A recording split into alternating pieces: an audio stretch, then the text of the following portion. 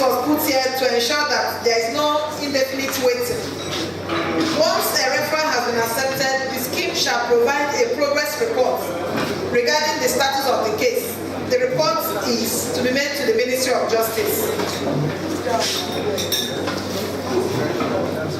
Post-finding of guilt referral process. If a referral to the restorative justice program is considered appropriate, the court may adjourn to allow an opportunity for the scheme to facilitate restorative justice. The court may provide direction to the scheme with respect to the purpose it seeks to achieve. So the court may talk to the, maybe by way of order, direct them on which way to go. Options can include one of the following: convening of a restorative justice process to develop an agreement which the offender may complete under the supervision of the scheme. The result of restorative justice and the terms of agreement is to be reported to the court before date of the sentencing hearing. Normally in court, there is also what is called allocutus, that after finding of guilt, the judge gives opportunity to talk about factors that may mitigate the sentence, maybe evidence of good character or bad character or whatever, things that will make the judge to, give a lenient sentence. Maybe the lawyer will speak and talk about how he's the breadwinner, that will help to mitigate the punishment. So I think it's at this point, at this break, before the judge pronounces the sentence, that he will give opportunity for them to go and make amend. Before we went on break, I was giving an example of a case where I think restorative justice should be done before the sentencing, where you have already known that this person did this thing, and that your sentence that you have in mind to pass is not enough to, heal the wound. It's not enough to remedy anything. So at that point, before you pronounce what the punishment is, that you have already declared the person guilty. So the offender knows that there is no running away again. That's not guilty that is trying to use to hide, no more help. So the best thing now is to think of how to make amend that may lead in a lenient sentence. Convening of a case conference, that's one of the options. Convening of a case conference to provide input as specified by the referral from the court. The outcome of the case reference will be a report to the court to assist in a possible decision of the court. So a case conference, I believe, even though we were not given any description here, maybe we'll work more on this, on what is a case conference. It just said convening of a case conference. What should be the modality for this case conference? Who and who should take part in this case conference? Do you agree with me? Yes, that we need more explanation on what this case conference is. It's one of the options that the judge can take before the sentence is to convene a case conference to provide input as specified by the reference from the court. Outcome of the case conference will be a report to the court to assist in a possible decision to the court. Who and who should be part of it? Should it be the prosecutor, the defense lawyer, and so on? We need to be specific here. C. Convening of a sentencing circle, which may be attended and or chaired by a judge, and which will also include appropriate officers of the court, Ministry of Justice, and the police. This is another one. This one is more specific. It talks about who will attend. But I think we should also mention victim offender mediation here. Is it possible for us to slot it in? Because these two, sentencing case conference and sentencing circle, they're all restorative justice measures. They are different types. But the major one we want to project is victim offender mediation, and it has not been mentioned at this point. So I think we should find a way to slot it in. Dr. Bello, take note. Okay. The scheme will ensure that the court and the appropriate social welfare officer receive notice of the scheduled restorative justice session in a timely manner. Where based on new information, the referral is inconsistent, this talking about the same thing that we talked about in the police and Ministry of Justice, a notice of reconsideration should also be sent back.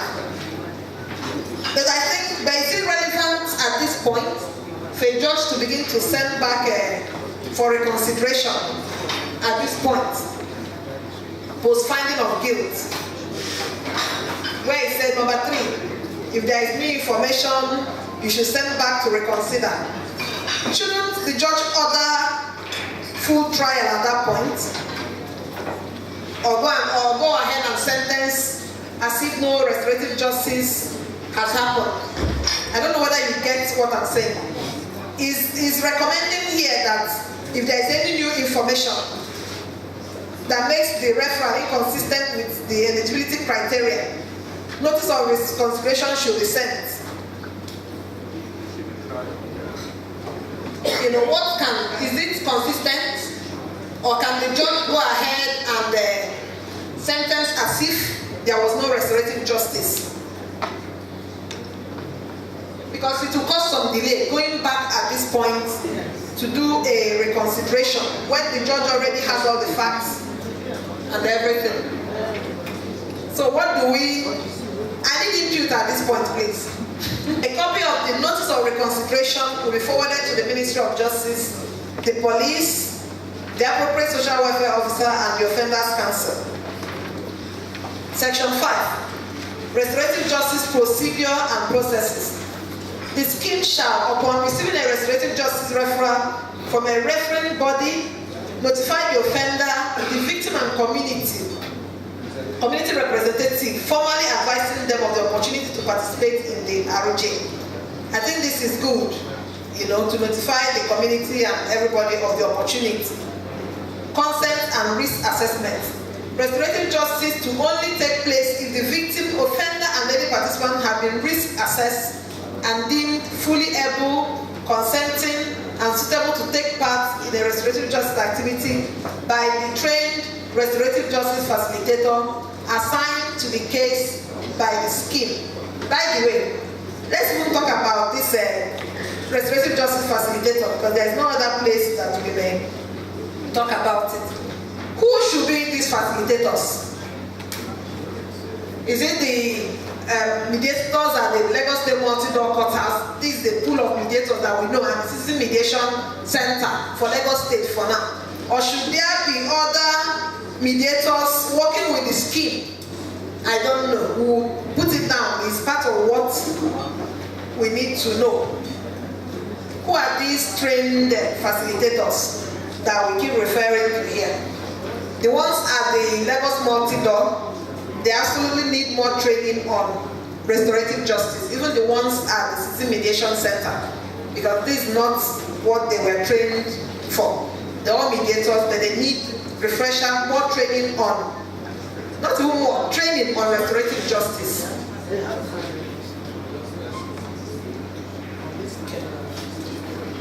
The risk assessment is a separate and more detailed process than obtaining initial consent. The trained restorative justice facilitator must consider any risk of emotional or physical harm to participants and others through a restorative justice process, and how any risk should be managed. I think what it's talking about here is that facilitator, that person that will do that mediation, is supposed to assess, is this going to be a violent meeting? You know, how is the mental condition of this offender? Because there are some offenders that have mental issues.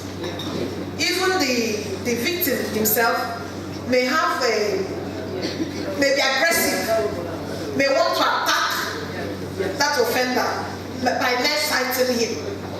You know, by assessing, by interviewing them, you'll be able to know whether the anger, the level of anger, whether it's still burning so much, whether it will be safe to bring them together at all, whether there will be violence, whether somebody else will be there before you finish.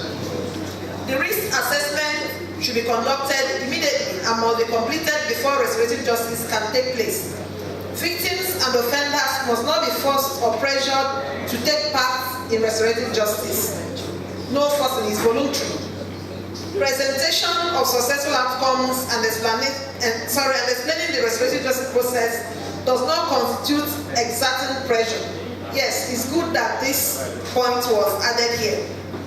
You know, he said, don't put pressure, but that you have explained. If you explain what the process is not considered as putting pressure. If you explain how it has worked before, and the likelihood that it will work, it does not mean that you're exerting pressure. It's completely voluntary, and in some cases, the victim may not want to take part in pre-sentence restorative justice. Is that possible? The last sentence there, the victim may not want to take part in pre-sentence restorative justice. Should we encourage that? Should we allow that the victim does not take part? Is it not against,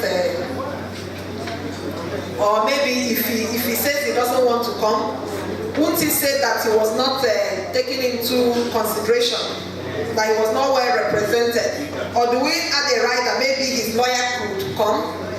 So we will also note that. Other forms of intervention, such as victim offender mediation, may be considered, and the restorative justice process may be appropriate at another stage of the criminal justice process, and victims should be made aware of this if appropriate. If the risk assessment indicates that the victim offender conference will not be suitable, but an alternative type of restorative justice may be suitable, then the trained facilitator should explain the restorative justice activities, options on offer, and assist participants to choose the one that will work for them.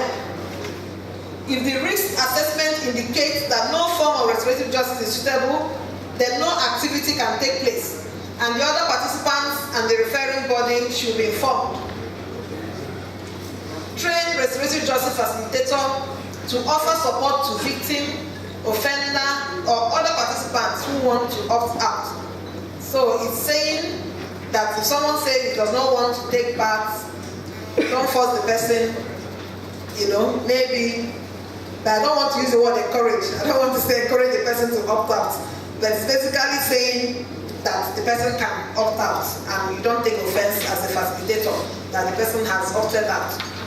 If withdrawal from the process takes place after the court has deferred passing sentence, the court should be made aware so that sentencing can take place. If the victim or offender cannot be contacted after they have provided consent, then no restorative justice can take place. Risk assessment is a continuous one throughout all stages of the restorative justice intervention and should be formally recorded. Agencies in possession of risk data for restorative justice, such as previous criminal history, should actively ensure that this information is shared expeditiously. That's why it's very good to have a communication, interaction between the stakeholders in the justice sector, whereby police and Ministry of Justice are supposed to have a data network. I don't know how far that has been a proposal over a long time now, that information should be shared freely. Number 5.2, preparation for restorative justice process. If the victim, offender, and any additional participants have been risk assessed by the trained restorative justice facilitator and have been deemed fully able, consenting, and suitable for the program, then the facilitator should begin preparing the participants.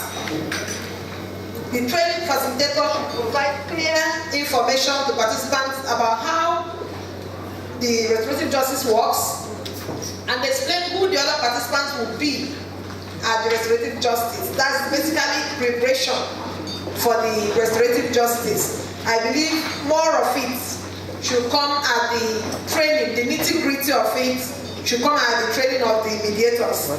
That should be the opening statement. There are many things the mediator is supposed to tell them at that point. I think is what he's trying to say here. Preparation. There are a lot of other things that need to come in here that the facilitator should do. There are many other things, unless we want to have a separate manual for that. I think there is actually need for a separate manual for the mediators, practitioners guide, that's the facilitators themselves, on how to carry out the restorative justice, because this is just about referral, and so on. The nitty-gritty of the mediation proper, we still need a handbook on that. Restorative justice activity. Only the trained facilitator assigned to the case should facilitate the process. Where an agreement is reached during the process, the parties shall enter into a restorative justice agreement.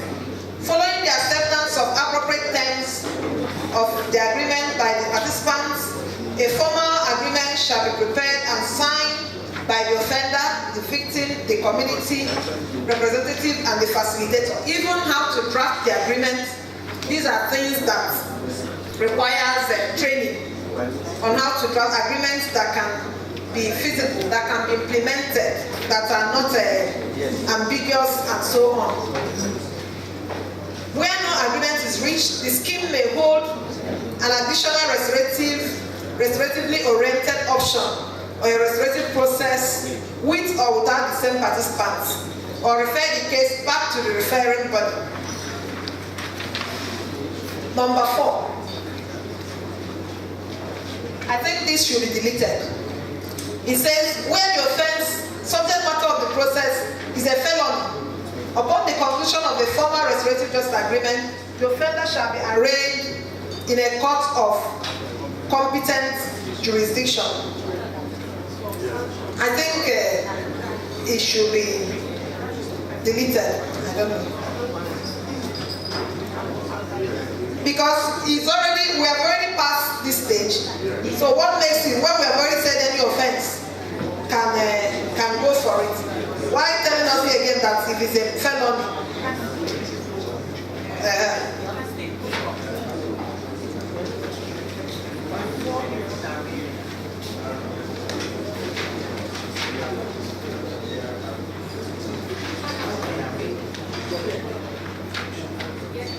This is a preparing.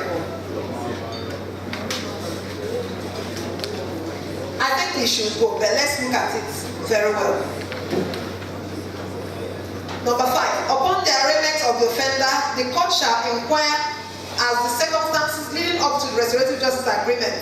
If the court is satisfied that the restorative justice process complies with the provision of this protocol, the court shall enter the restorative justice agreement as the judgment of the court. I think this refers to when the at the magistrate, at the police and the Ministry of Justice, if they decide to settle, that you have to come back to court. He's talking about the court order so that you're not accused of compounding. I think it's in tandem with section 15. So when you decide to divert, it's actually called diversion. All these things we're discussing. Diversion of criminal, of offenders away from the normal track. If you decide to divert at that police stage by referring it to restorative justice, this section 5 is saying you have to come back to the court, and the court has to be satisfied before you enter it as an agreement, and it's entered as a judgment of the court. This number 5 is very, very relevant, because you may ask, what happens if it's referred at the magistrate? No, I keep saying magistrate, at the police level and at the Ministry of Justice level. Is it that they don't come to court anymore? Is it that they go away from there? So this answers that question. You have to get to court for a court to enter the restorative justice agreement as a judgment of the court. Because that section, Dr. Bego, what section is that again? The one that says 99, yes, of the criminal law, that says it must be with the order of the court before you can settle a criminal matter. Otherwise, it will be seen as compounding of a criminal offense. Any offender that fails to carry out the terms of a restorative justice agreement shall be liable to be sentenced in accordance with the law in relation to the offense. So if someone reneges on the agreement reached, then the person will have to suffer the full penalty of that offense as if he were convicted fully of that offense. Any offender who breaches the restorative justice agreement in the first instance shall be brought before the court to inquire the reason for the breach, and subject to satisfactory explanation may be given a warning and order to comply with the restorative justice agreement. So there is opportunity for warning if the person does not comply, before the person will now be sentenced as if he is suffering the full penalty.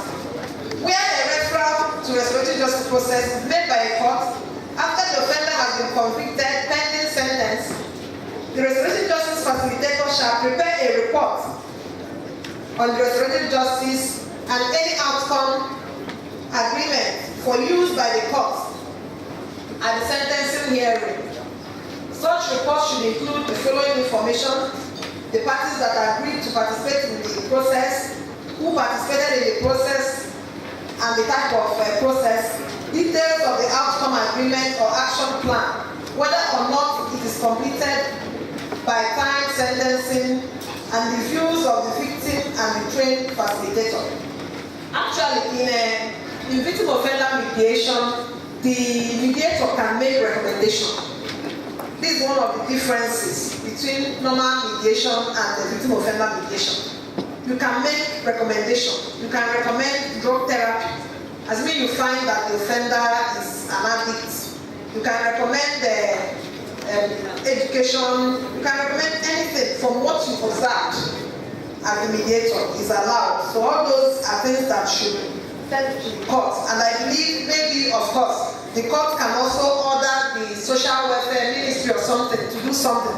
Because if you recommend to court, send the report to court, maybe to take care of some people that are destitute and that's why they are staying. The court can, all they can do is to make an order. And who will the court order to? Who will carry it out? The ministry. So I think one way or the other, the ministry has to be carried along here. If a recommendation is made affecting a ministry, a government department, or something, I don't know how we can incorporate that here.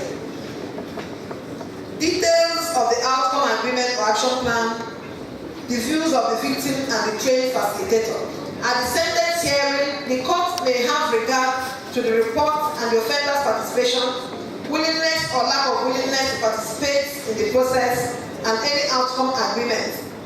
If a restorative justice process does not go ahead through no fault of the offender, the court will be able to proceed to sentence the offender before the end of the deferment period. Range of possible outcomes of restorative justice. There are a lot of things that can come out from restorative justice. Restitution and financial compensation. The offender may make payment to the victim by way of monetary or material compensation for the purpose of reimbursement for actual loss incurred by the victim, community service or work.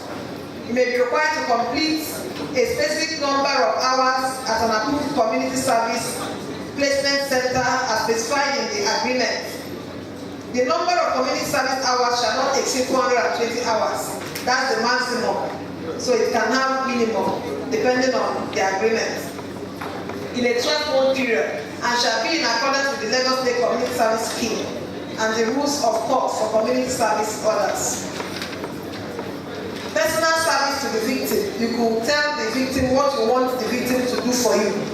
That will make you happy. The kind of work you want the victim to do for you. Specific, the offender, thank you. The kind of work you want the offender to do for you. That's the victim. Specific personal service as indicated in the agreement. Once they've agreed, once both parties have agreed, it is seen as binding. A written or verbal apology may also be required. Personal service hours to the victim shall not exceed 420 hours in a 12-month period. When personal service hours to the victim are combined with community service hours, so that means you can actually be working for the victim and also be serving a community service sentence, because community service is actually a sentencing measure. It shall not exceed 420 hours in 12 months. Someone can work it out and know what it comes out per day. Community reconciliation. The offender may make amends either verbally or in writing to certain persons who have been affected by the actions of the offender or to express appreciation for support. community. Education programs. Person could be required to participate in a specific educational program which relates to the offense, where such an educational program is a term of the agreement. The offender shall be referred directly by the scheme. Any costs related to this program shall be paid by the offender through relevant agency. Supposing the person is required to go back to school and is a destitute, whose responsibility is it at that point? Is it the Ministry of Education that should waive school fees or something? Or any form of tuition? I don't know. So we'll note it. Reformative programs. In appropriate cases, offenders may be referred to undergo specific treatment therapy, psychological, clinical counseling, or vocational training skill. So these are the areas I want us to be more specific. Who takes charge? Who bears the cost of all these references and recommendations? Any other outcome agreed upon by the participants of the restorative justice process. Supervision of agreements, we're almost done. The scheme shall ensure monitoring of agreements are monitored by contacting the offender, the victim, and support contacts. Upon violation of any term by the offender, or where dissatisfaction, one of the parties is dissatisfied, the scheme shall ensure that the matter is promptly and thoroughly reviewed, and that where necessary, appropriate action may include termination of the agreement. Where the agreement is terminated, I'm just wondering, what happens at this point? At the point of supervision of the agreement, if the agreement is terminated, what happens at that point? We did not say what can happen if it's terminated at this point. That is after sentencing and everything, they are now on their own and it's terminated. What will happen? Is it that the offender is left to now? Or completion of the restorative justice agreement. Upon satisfactory completion of the agreement, the scheme shall ensure that formal notice to that effect is distributed to the referring body, the offender, the victim and community representative, and the offender's counsel, if requested. On failure to satisfactorily comply with the terms of the agreement, the scheme shall ensure that formal notice to the effect is distributed to the social welfare officer, the offender, the victim, and community representative. This is talking about failure to comply. It's just saying that we distribute notice. So after the notice, what happens? I think I'll rest my case here and I'll wait.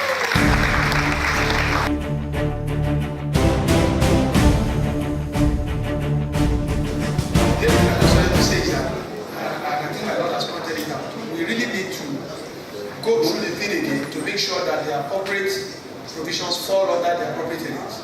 For instance, if it is pre-charge, you shouldn't be having reference to a decision of the court there until after the agreement has been made. So that I think there's a need to look at the thing comprehensively. And I was just thinking that maybe because the magistrates are going to be using this a lot, that maybe the Magistrates Association can form a team and review it and make their suggestions.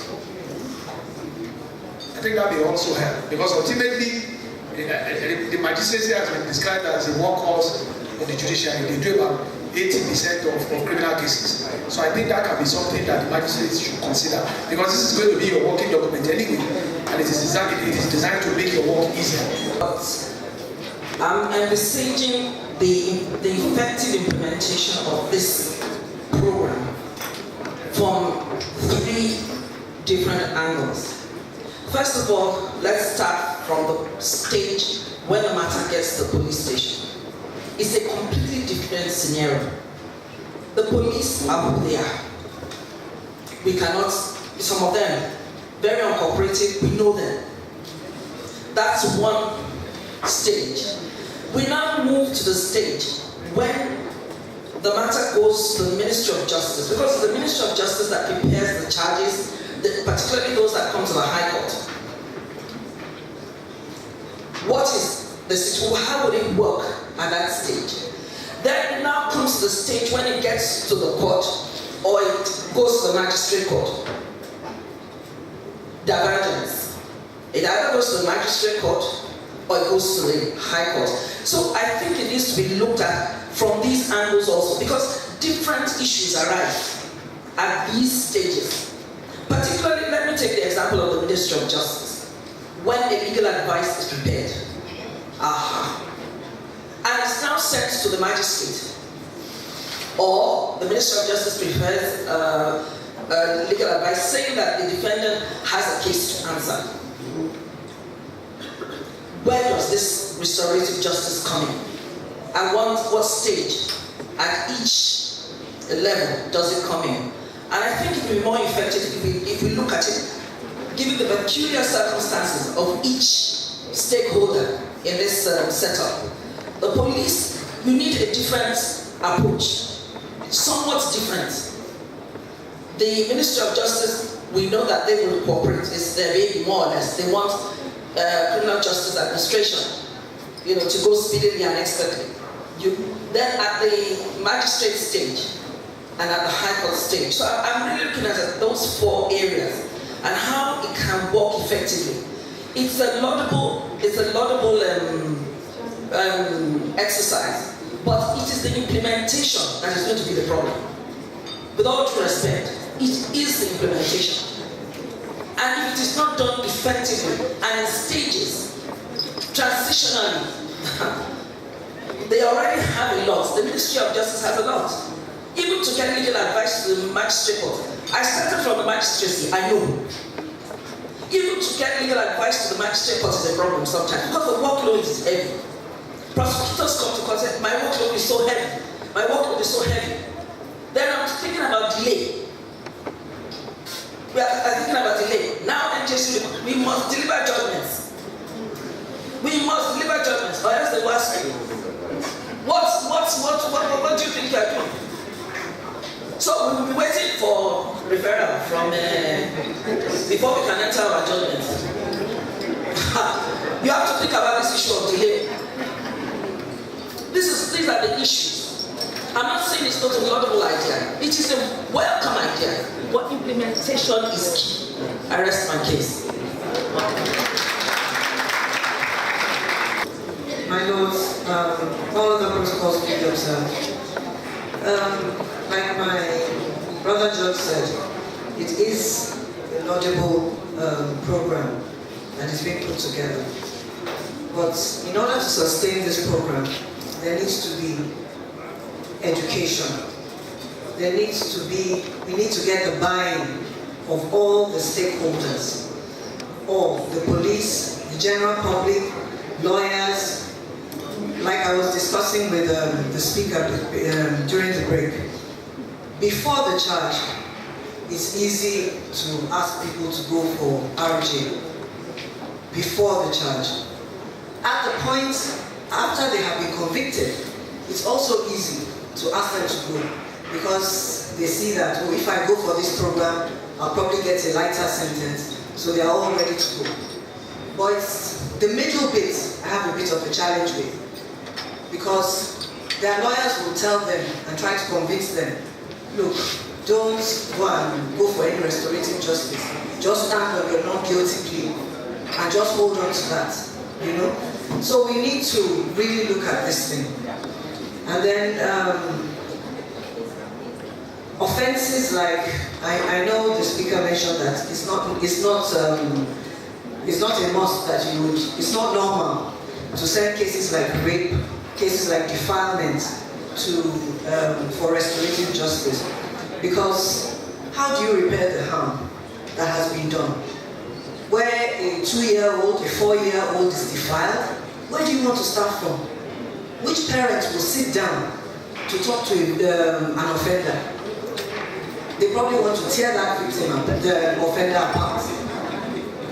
And the speaker also mentioned the fact that you may need to do an assessment of the situation, a risk assessment, to find out whether this is a proper case for restorative justice in the first place. Sometimes you may also need medical advice, maybe psychiatrists to look at to talk to them and find out whether indeed it's a proper case.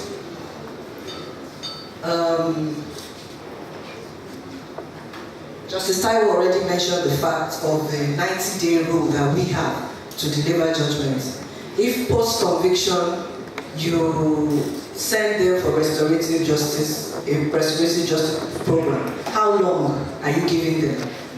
When you send them off, they will delay your returns to be made to the NJC. We don't have a choice there. And then we also talked about this notice of reconsideration. At the point where the case is already before a court, the court is seized of all the facts concerning it. I don't believe that you need to send it for any reconsideration. The judge has all the facts and can go ahead and make the referral if necessary. Thank you. Good afternoon, my lord. All protocols will be observed. Actually, I've been listening to this discussion and I was wondering whether I should actually talk about my own experience with restorative justice. Now, we have all agreed on one thing. It is not in every case that can be applied. I've applied it on 2 occasions because I'm conscious of the fact that justice is a three-way traffic. Justice to the victim, to the society, and to the defendants. Now I'm going to ask a question. Somebody who had a 10-day-old child in the septic tank. Now who is the victim in this case? Because if you look at that instance, well, the state has a duty as a dead body. Now you have to deal with such a case, and then you begin to wonder, sending this woman to prison, what would it serve? Now I remember in that particular case, she had been in the prison custody for about 6 years. So after convicting her, she pleaded guilty. I converted the custody term into prison sentence, and she spent 1 year or more with the community service. And I think she acquired a skill, and every month they were sending me reports of what she was doing and how she was getting on. Now I think in such cases, you could consider restorative justice. Now if it was somebody else, and you see the person walking about the streets of Lagos, would that not pose a problem? Somebody killed, and you are looking at this person walking about, doing nothing. So in that area, we need to consider what we're talking about when you say restorative justice. Now in the second case, there was this young lady, she was studying for JAMB. And her brother was playing with the television. He didn't allow her to study.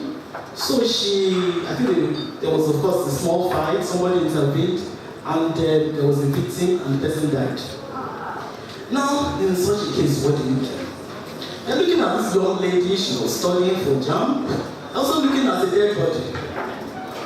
And the family of the dead body wants justice. We're talking of restorative justice.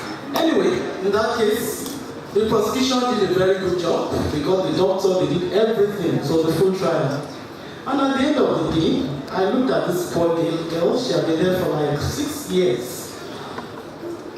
Well, we gave her a sentence, I won't mention the term, but I converted the period again into 10 years. And she was sent for community service. So I think in Lagos State is a good experience, it's working, and I hope that we'll have more of that. But it cannot be in all cases. You have to select those cases that you can apply to. Thank you. Thank you very much, my lord. First, Honorable Justice Taiwo. Yes, yours was mainly comments, Like you said that's where Ministry of Justice said there is a case to answer. Where does restorative justice come in? Well, the Ministry of Justice says there is a case to answer. What if the victim says he or she wants to do restorative justice and the offender has confessed? Let's even take it that the offender has confessed. Will you not consider? No. But we're already trying to do pilot stage. It won't just start, full blown. We'll have to take it, stage by stage. We're trying to use like 3 courts for the pilot. so that we know how it works before we consider extending it to every other court. So you commended the program, which is good, and it's actually the implementation, just like every other thing, especially any new thing, it will have its teething problems, but with time, we believe, and with enlightenment, if we are having more of this kind of workshops, lawyers also need to be educated on this. They are the major people that need to get educated. Maybe we'll get the buy-in of the MBA to slot in as many sessions as possible on restorative justice in the various conferences. Yes. So, Justice Oyefeso, you expressed concern that lawyers will tell them not to go for restorative justice. That's also why they need to be enlightened. And maybe, can we also do radio jingles and so on, so that the public will also know? Yes, so that not just what their lawyers tell them. Even in normal mediation, lawyers are accused of also stalling the agreements, the process. So in the case of defilement, well, it's not good to ordinarily recommend victim offender mediation in some. But what if the victim, the parents of the underage child, what if they are yearning for it? Will you shut them out? And the accused is ready to make amends as well. If you throw the accused into, maybe he could pay medical bills. Maybe he will train the child to whatever level. The other extreme is to put him in jail, and the family gets nothing. Here, the family is saying they want it this way. They should not be shut out entirely. That's my own view. Protecting him from the other. Well, that's why it's not absolute. There are still other sentences that will follow. There are still other punishments that will follow. Yes. Maybe the sentencing judge should now, consider more. If he was to give only community service, maybe you consider other things that will that will stress the seriousness of the offense. Yes, I don't know. That I'm looking at the victim, because you consider both sides. If the victim family, they are yearning for this way, they say they don't want to come to court at all to testify. We don't even want to face trial at all. The shame will be too much for us. But we want to see the person that did this thing. We want an explanation from him. We want to punish him in another sense. Let him pay and pay through his nose. I think it's another way. Instead of leaving them to lick their wounds entirely, because that's what it will result to. Okay, Justice Ogunsign. Yes. She's also a seasoned mediator that turned to the other side. So that's why, I guess that's why she's already applying the restorative justice and applying it very, very well. So you see, the extenuating circumstances is still what matters. As a judge that has discretion, you look at the circumstances before knowing what to do. I think that's all for now. Thank you. How long? Yes. Milord raised the apprehension about the 30 days. I believe in that kind of situation, you've already convicted, is sentenced. You have John. Maybe 1 week, maybe 2 weeks. Put the next date for the sentencing. It's left for them now to hurry up and know that the next date, if they don't come up with the agreement, you're going to sentence. I think that should do it, instead of just waiting for 30 days or saying you will not do it because of your time is running. I think that should solve it. You fix a date for it that will accommodate your own schedule, a date that's not too far away for them to come and report back on the settlement. Otherwise, you enter your judgment if your time is running. But if you can endure, if you have enough to report, you could extend the time a little. They could come if they did not settle you to adjourn again, depending on how the judge is managing her case docket. I think that is it. Thank you. Thank you very much. I don't know whether I'll be right to say this. Should we go to the professor's paper.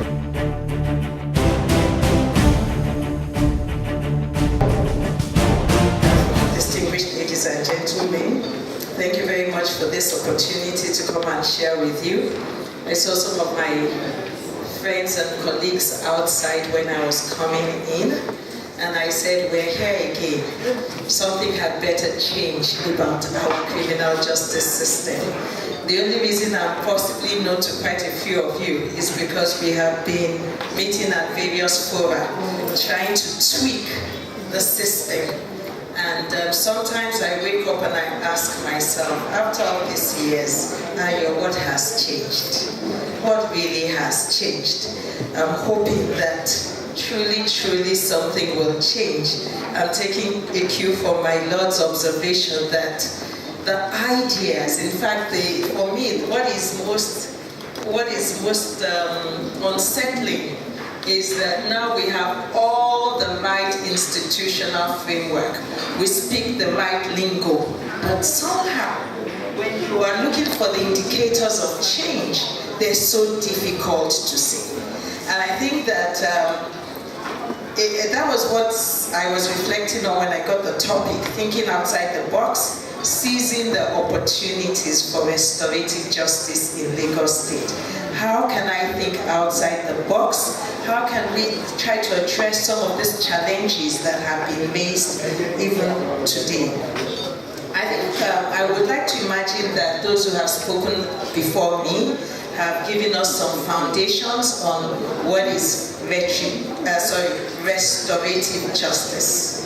I think that what is really required, and permit me to take this as a class in jurisprudence for about 5 minutes. The bottom line is that this is shaking traditional jurisprudence.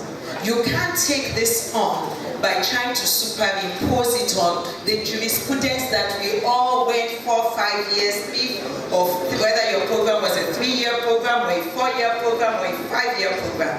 You can't slap this on top. That is not the intention.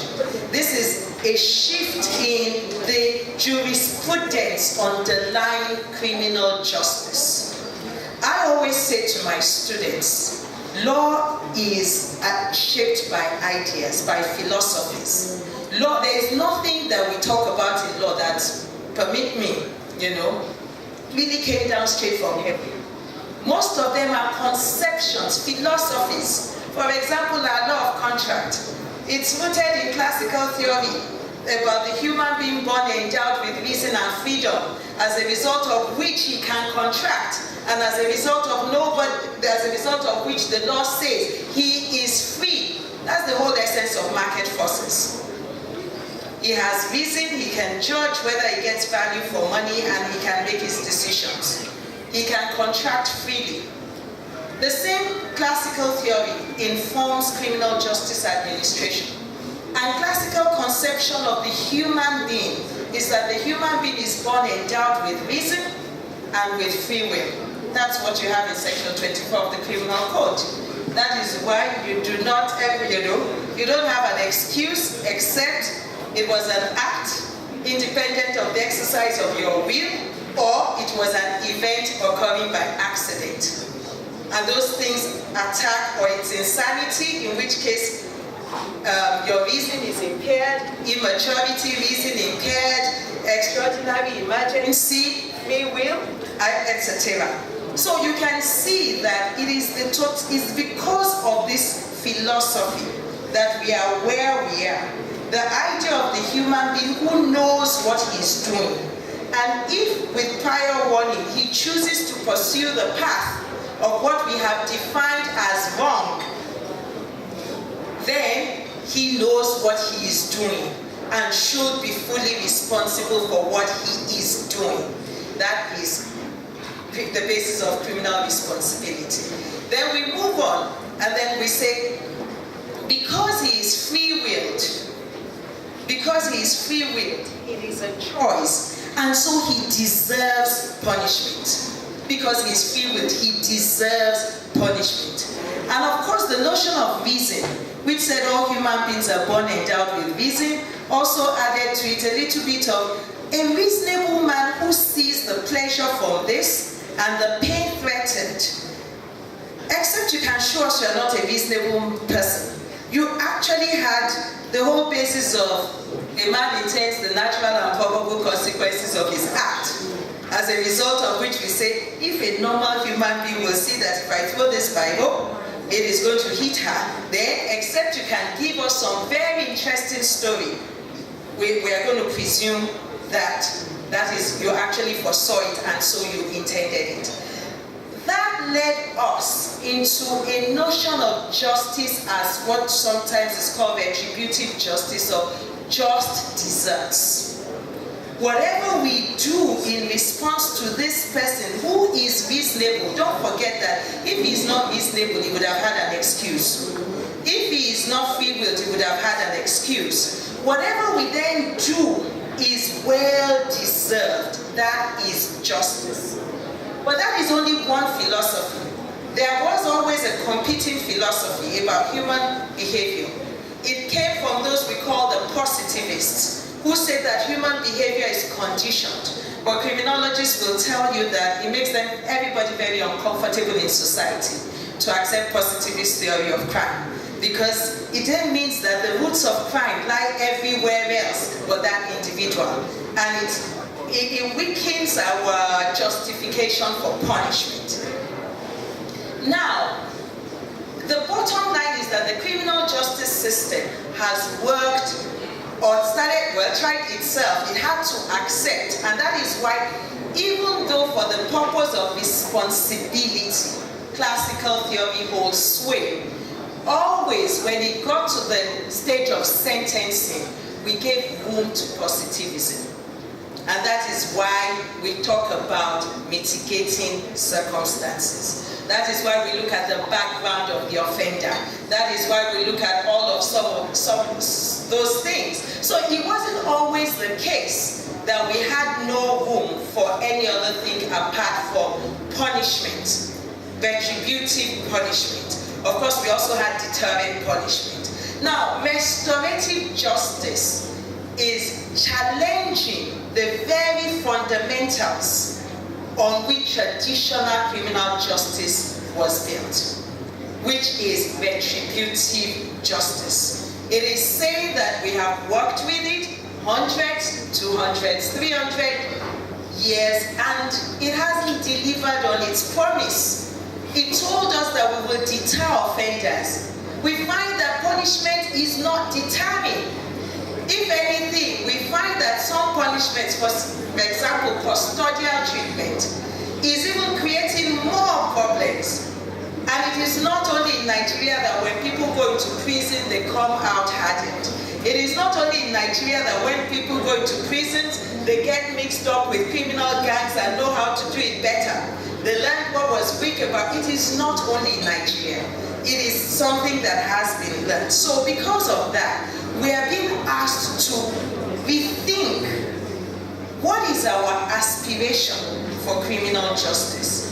If the aspiration of criminal justice is to maintain or to restore the social equilibrium that crime dislocated, then we must be looking at something other than retributive justice. We must begin to leave space for things that allow us to ask questions about what does the offender, how does the offender want to repair the harm. Of course, we also know from practice, of course, we all know about the public-oriented nature of criminal law that takes the case away from the victim and appropriates it as the state or the community's wrong, the community's victimization. All of those gaps, all of those challenges are the things that are making it difficult. People, in Nigeria, people say that 75% of people negotiate justice outside of the formal system. They would. Because somehow they never really shared the values of that system. They never completely within them shared the values of that system. They may feel powerless to use street law but that doesn't mean that they share the value of the formal justice system.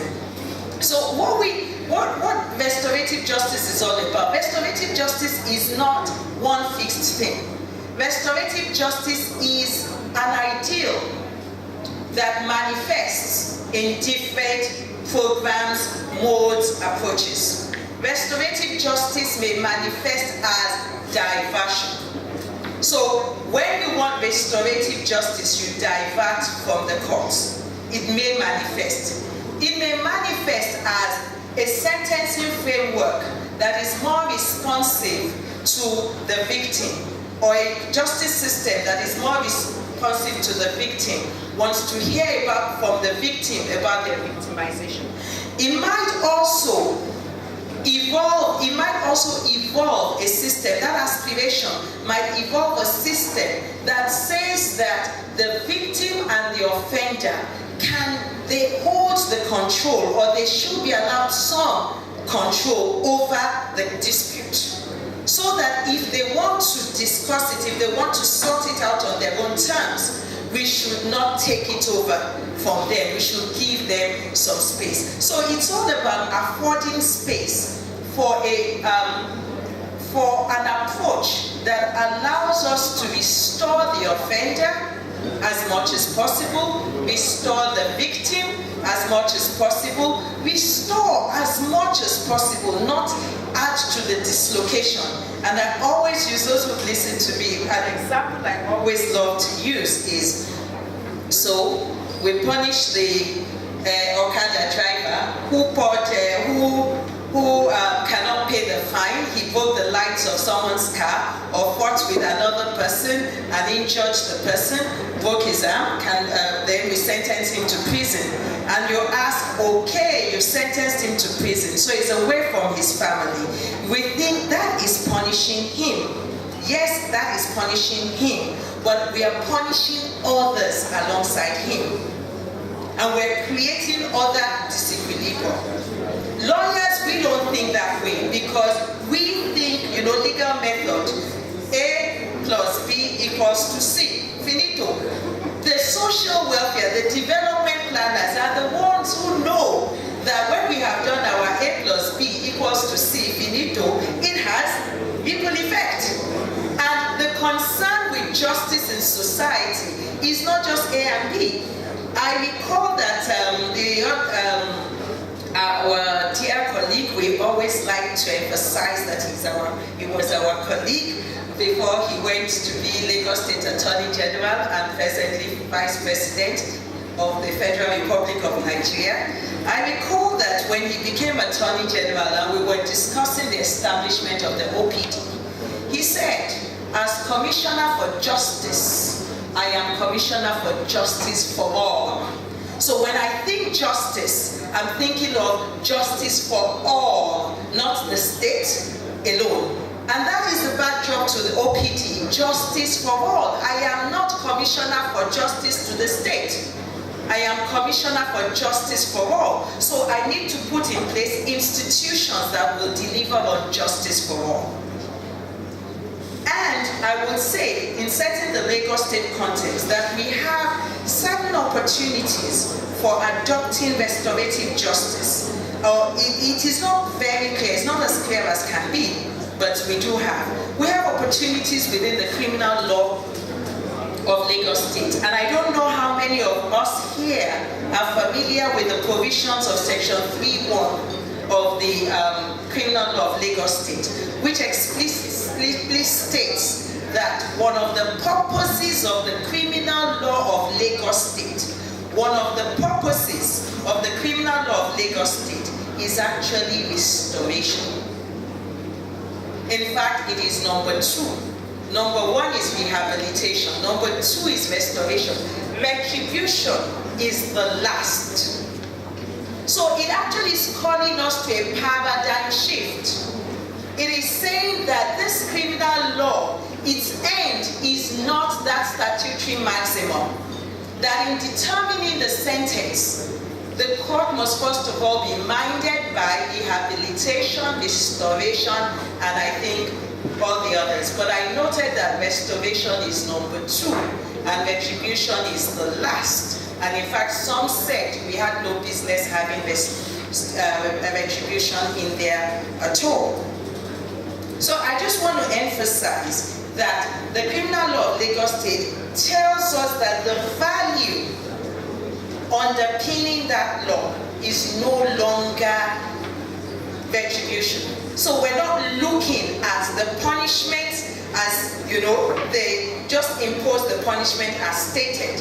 You have to look beyond the punishment. You have to ask yourself, in imposing this punishment, how am I serving the end of rehabilitation? How am I serving the end of restoration? How am I serving the end of whatever else? Okay, then the ACJL.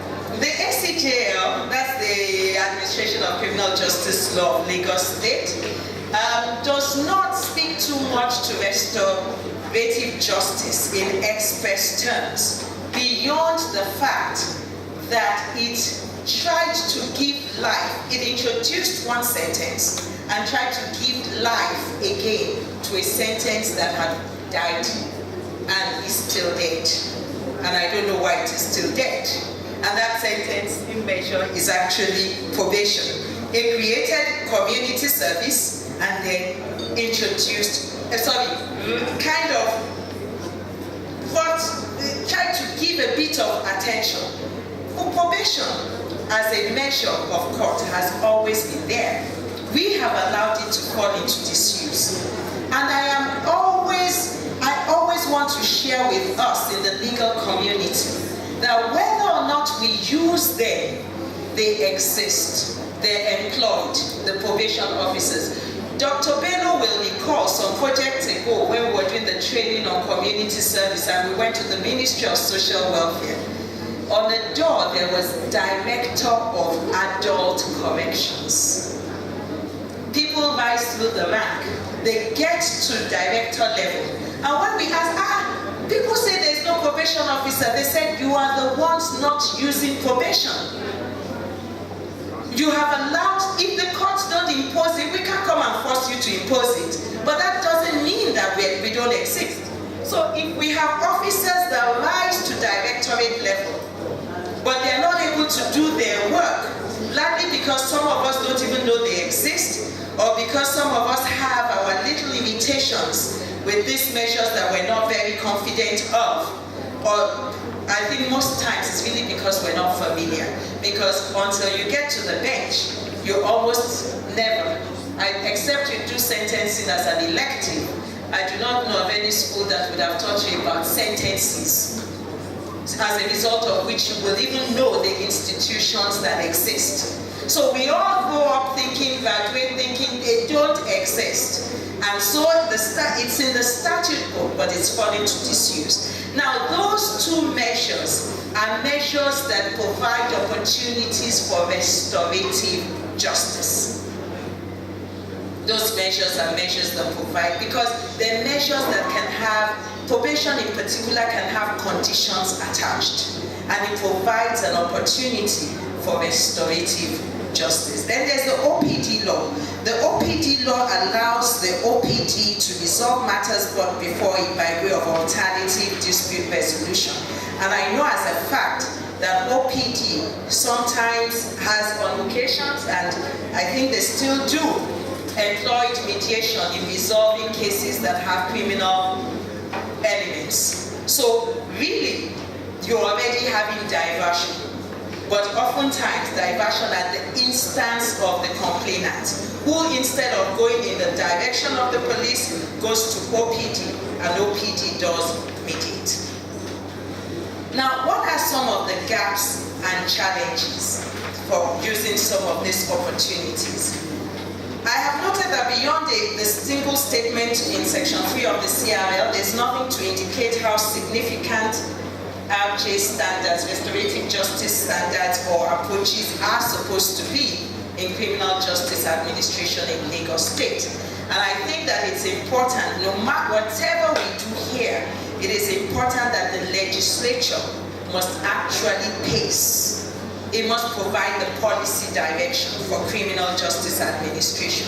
It is not, we can do some remedial work pending when legislation comes into place, but we cannot completely put restorative justice in the center of criminal justice administration without tweaking the law. Also, beyond the opportunity for OPD to use ADR in resolving matters brought before it, there is no other legal provision that actually allows for the diversion of criminal cases from the courts, a legal provision that allows criminal cases. And there's also no explicit legal provision or guidelines giving room for the courts or even the police to adopt diversion. And of course, you know, some people have expressed, and the traditionalist lawyer, constitutional issues will be raised and all of those things. That's why I said we can have remedial interventions, but we can't completely have restorative justice in the middle without some legislative reform. I looked at the ACJL, and it is definitely time to review that law and borrow lessons from the ACJA. At least the Federal Act now allows victim statements to be taken, you know, which then gives the judge confidence, because I can imagine that if we begin to ask for victim statements, victim impact statements, again, the constitutionality of that might be tested. And I worry, given that, you know, the training that the traditional jurisprudence was that the judge should not be looking at should not be asking the victim about his or her harm to make, you know, the judge is the one who has the right ability to compute, you know, the equality of offending and the punishment imposed. So we definitely need some intervention there.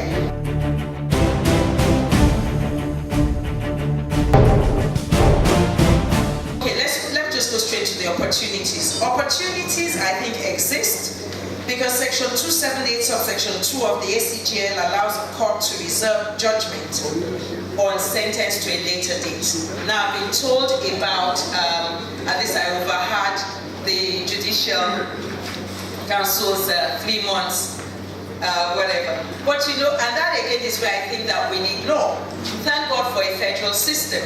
In a federal system, if Lagos federal system, Lagos state system allows a judge to do some things, then it cannot be wrong, except it is completely unconstitutional.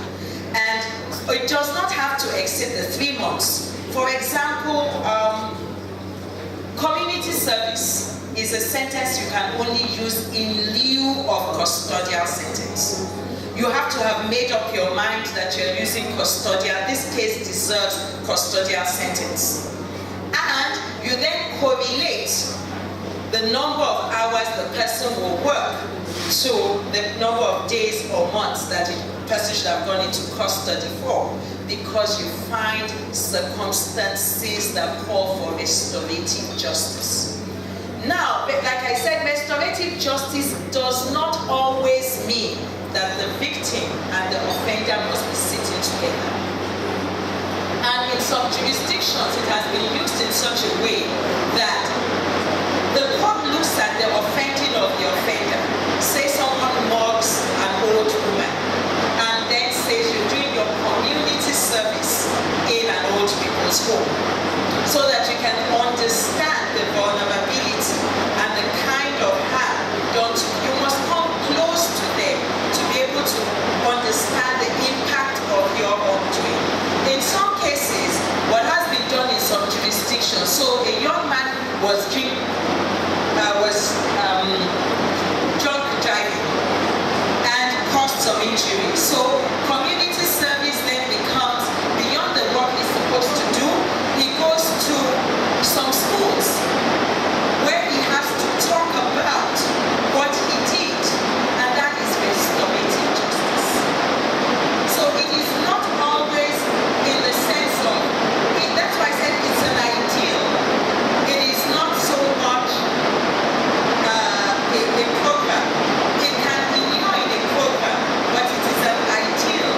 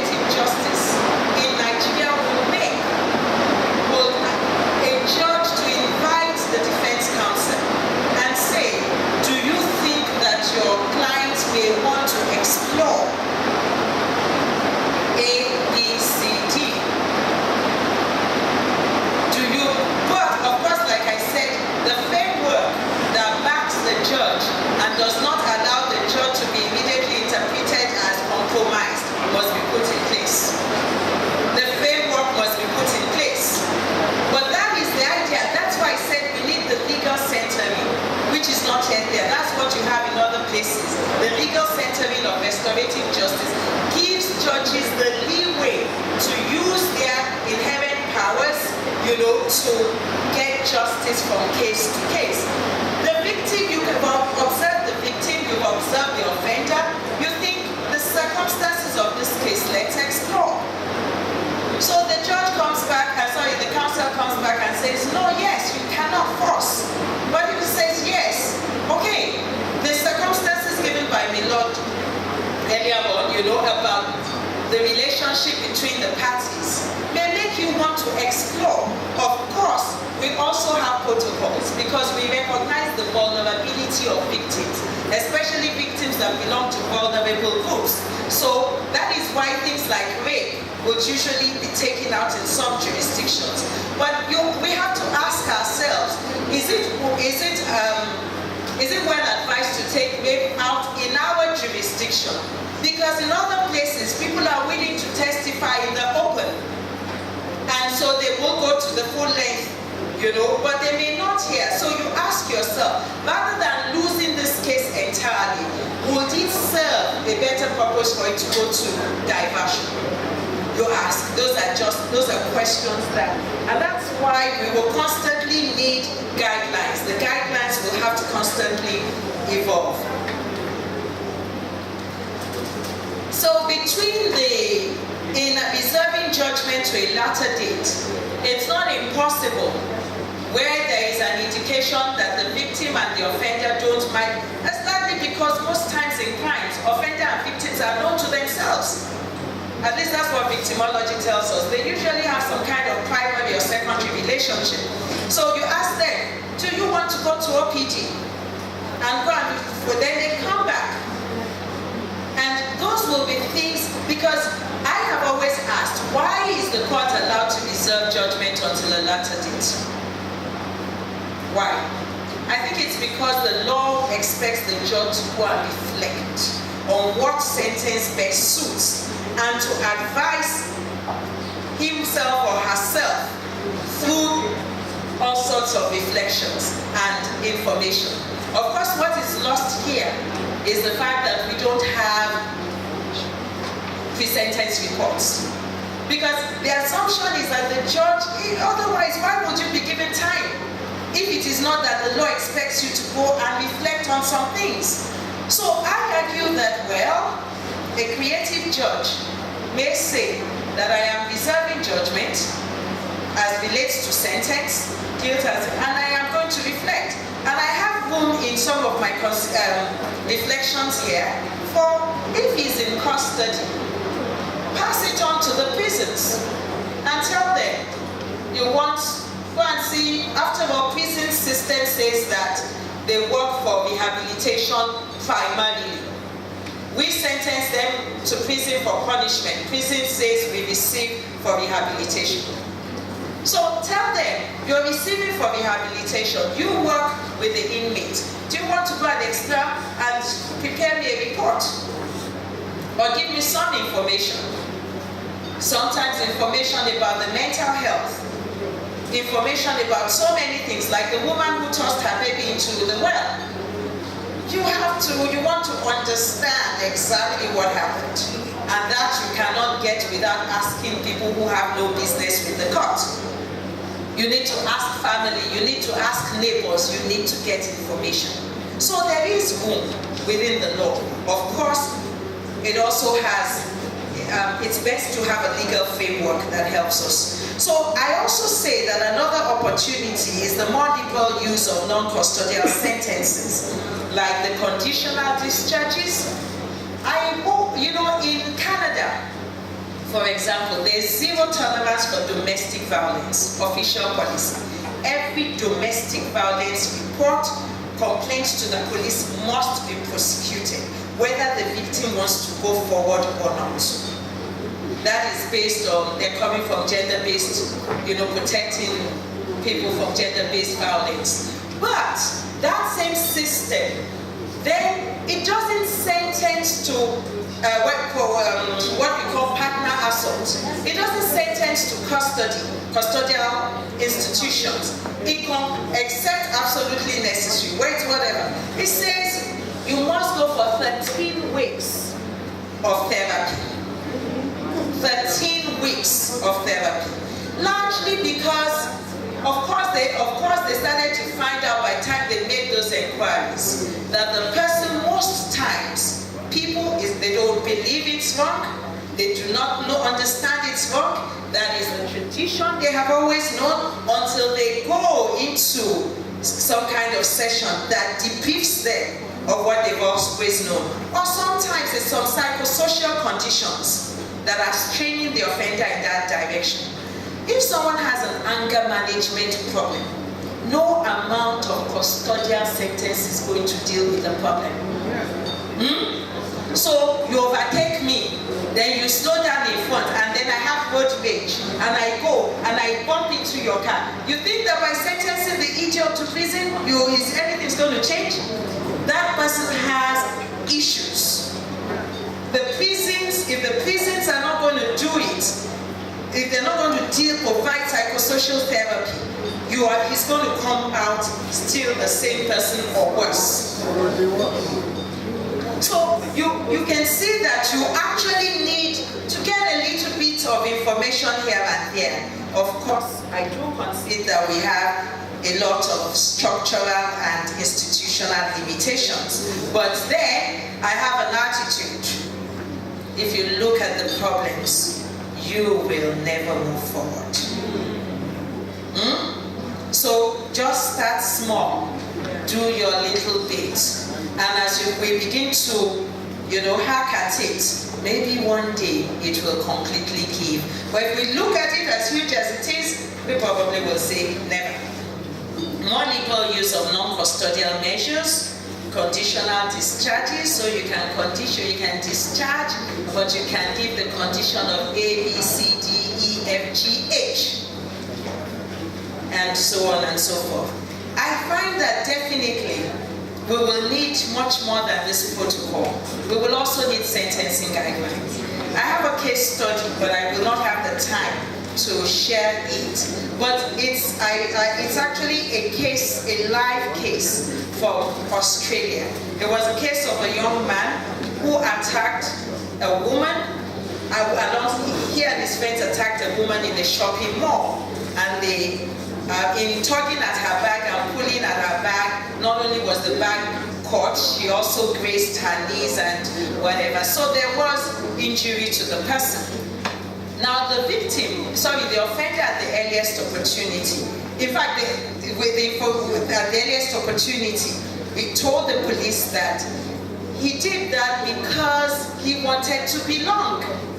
His friends, the other friends had and he just wanted to show he could do it. And that actually when she fell to the ground, and the victim confirmed, when she fell to the ground, the others ran away after some time, and then he came back and said, "Are you okay?" before he ran off. And they ran off. And by the time, and while he was in custody, he actually requested to have an opportunity to apologize to her.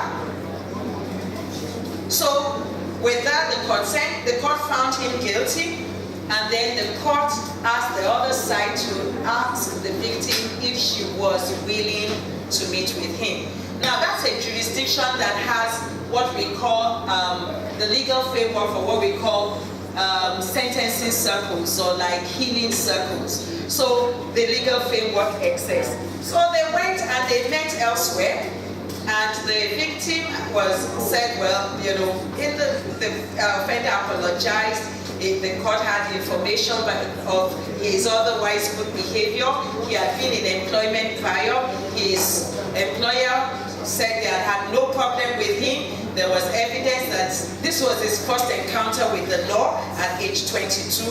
All of that disposed the court to looking beyond retributive justice. And by the time they met, there was an agreement that he should pay $150 Australian dollars for, which was the cost of her bag, and then the treatment of injury, and he was also to do some community service. So there's even a sense in which it expects you to be alive to the nuances as the trials are going on. But the thing I also want to say, and that is around where I want to close, I had talked about diversion. In the debates, in the academic discourses, we are always concerned that restorative justice may undermine or compromise due process safeguards, or that it might undermine or compromise equality of justice. So you give this and then you give that. And then we're also concerned that we may no longer be able to serve the end of proportionality of punishment.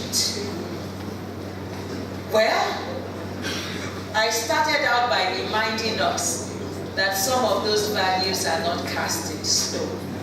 They were values that promised a lot more than they have delivered for centuries.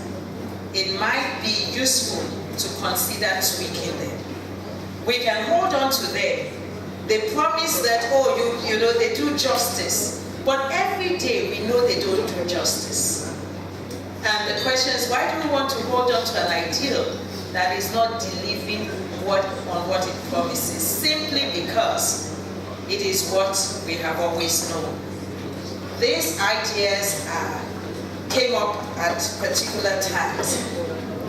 When it comes to diversion, I will say that I will be very uncomfortable with the restorative justice diversion program that allows cases to be diverted from the courts, that is not court-centered.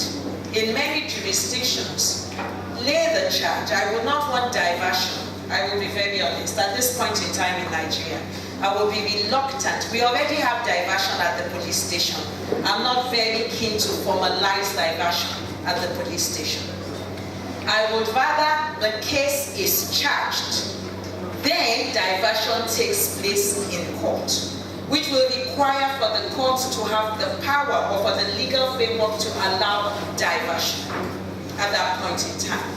So it's charged, and I think that will take care of. And the fact that legal DPP's office says the case should go for prosecution, or that the facts disclose a case, does not mean that it can't go for diversion. It then requires in diversionary programs, the mediators must not compromise the values of justice. It will require a lot of training. It is not about saying to the victim, you better just take this. The wrong is no less the wrong. Going to diversion doesn't mean that what that person did is less. It is still wrong. It is the how to deal with it in order to elicit a bit more equilibrium is what we are after, especially when there is evidence of willingness on the part of the offender and on the part of the victim. So it doesn't lighten the offending. It doesn't lighten the offending. And then when diversion takes place, diversion can take place completely. But once diversion comes to court, again, there will still be a measure. But don't forget, you actually have generous powers that you have left unused. You know, you actually have your conditional discharge. You know, it's there. So you don't have to have that your hard and fast, punishment. So when they have finished their discussions and maybe they are agreed as to some sentence, you don't, in the same way as plea bargaining, as you are not compelled to accept what they negotiate, but you can have an eye on what they negotiate. It informs you, you get to understand where they are, and you are then representing society and community as a whole. Of course, it would assume that our institutions are well in place. So I would say that I prefer a criminal justice system that is still that is centered on restorative justice, but is still judicially centered. It, however, requires a significant paradigm shift, which inures in a commitment to reinvesting, in fact, reinventing and reinvesting in courts, in both conceptual and fiscal terms. A criminal justice system centered on restorative justice will also require comprehensive legislative reforms to ensure that the aspiration to give priority to restorative justice is expressly stated and mounts consistently through all the relevant legislative framework. I thank you very much. As you can see, that's the job of a professor. It was a good lecture. And I think we as students, we must have one or two questions for clarity.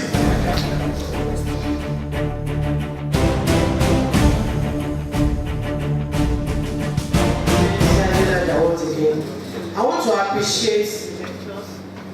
want to appreciate the lectures, all the lectures that we've received so far. I have been practicing as a magistrate in Lagos State for quite a while, and I observed that it's about time that we have this kind of framework, because at the end of the day, when you're doing criminal trials and the complainant is consistent in attendance in court, the defendant is insisting, I am not guilty of the offense. The complainant, who is the nominal complainant, the petitioner to the police, is also insisting, yes, you wronged me. And we have to balance somehow. We have to ameliorate the problem by at least doing something that we at least put the mind of the victim at peace. That at least this thing did not happen to me in vain. I did not suffer this problem for nothing. At least something has been done to protect my interests one way or the other. So if we have this kind of framework in place and everybody is educated on it, we have to also realize the fact that at the end of it all, every case will always be decided based on its own peculiar facts and circumstances. So when we see the case and I believe that the interest of the person who was wronged by the action of the defendant is paramount in our heart. You want to protect him. You want to do something that will make him feel better. So maybe this restorative justice system will be a very, very welcome idea, and it will be a wonderful thing if Lagos State takes it off. And I want to agree that, because I've been observing before Honorable Professor Asenwa came in, I've been observing that there's a missing link, which is that there should be a legal framework for every step of the way. We have to have a legal framework which will back us up every step that we're going to take. If it's going to be from the police station, okay, we have agreed that even if it happens at the police station, it has to go back to the court for enforcement. So everything has to have a legal backing. If there's no legal backing, there's a limit to what we can do. So in all of this, we are still looking forward to a better deal, better enlightenment, better program, and definitely better legal backing to help us to be able to work within the framework of the restorative justice. Thank you so much.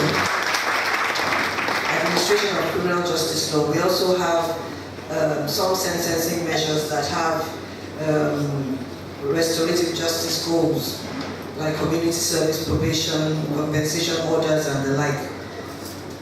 And like you also noted, you need to start small. Start where you are. Within the framework that we already have, I'm wondering, can practice directions help? Very much so. Always advocated for years. I have implored the judiciary to use practice directions in criminal justice sentencing before legislation comes to take away your powers.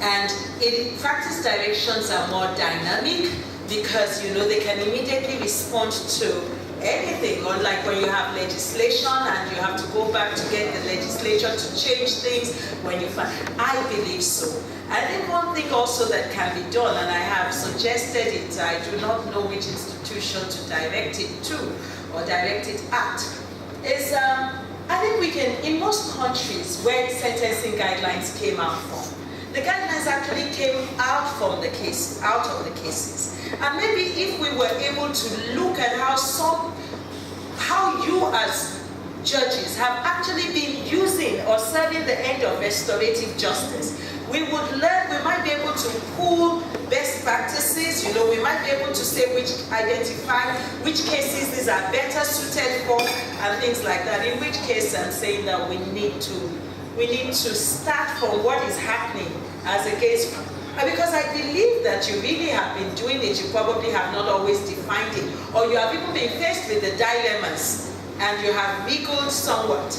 But I recall that there was a magistrate who tried to use community service orders in Lagos State before community service orders actually became legal. And it just tells you that you have been here even before all of this that is coming out. And I'm sure if we spend some time, I did say that I was going to see if I can get a PhD student to do some research in that area. All other protocols duly observed. I'm very much for this restorative justice system. I think it's a very laudable project. My slight problem is with the position of the police. Now, the police is a federal body, and they have their own rules. The buy-in from the police has to be a lot. And then, is it only the police in Lagos State? Will the police in Lagos State say, oh, we can do restorative justice system, or we can take part in it? What happens to the police in Enugu, in Anambra, in Ogun or York? So this is where my problem is with the role of the police. Because once there is a buy-in from the police, it's going to be a really fantastic program. But the police will never say, Lagos State has said we can have this, and so only in Lagos State we are going to do this. How does that work? At the conceptual level, in a federal system, the police should enforce the law of the state, wherever you're coming from, wherever you were trained. That is why when the courts merge at the higher level, they interpret the law of the state.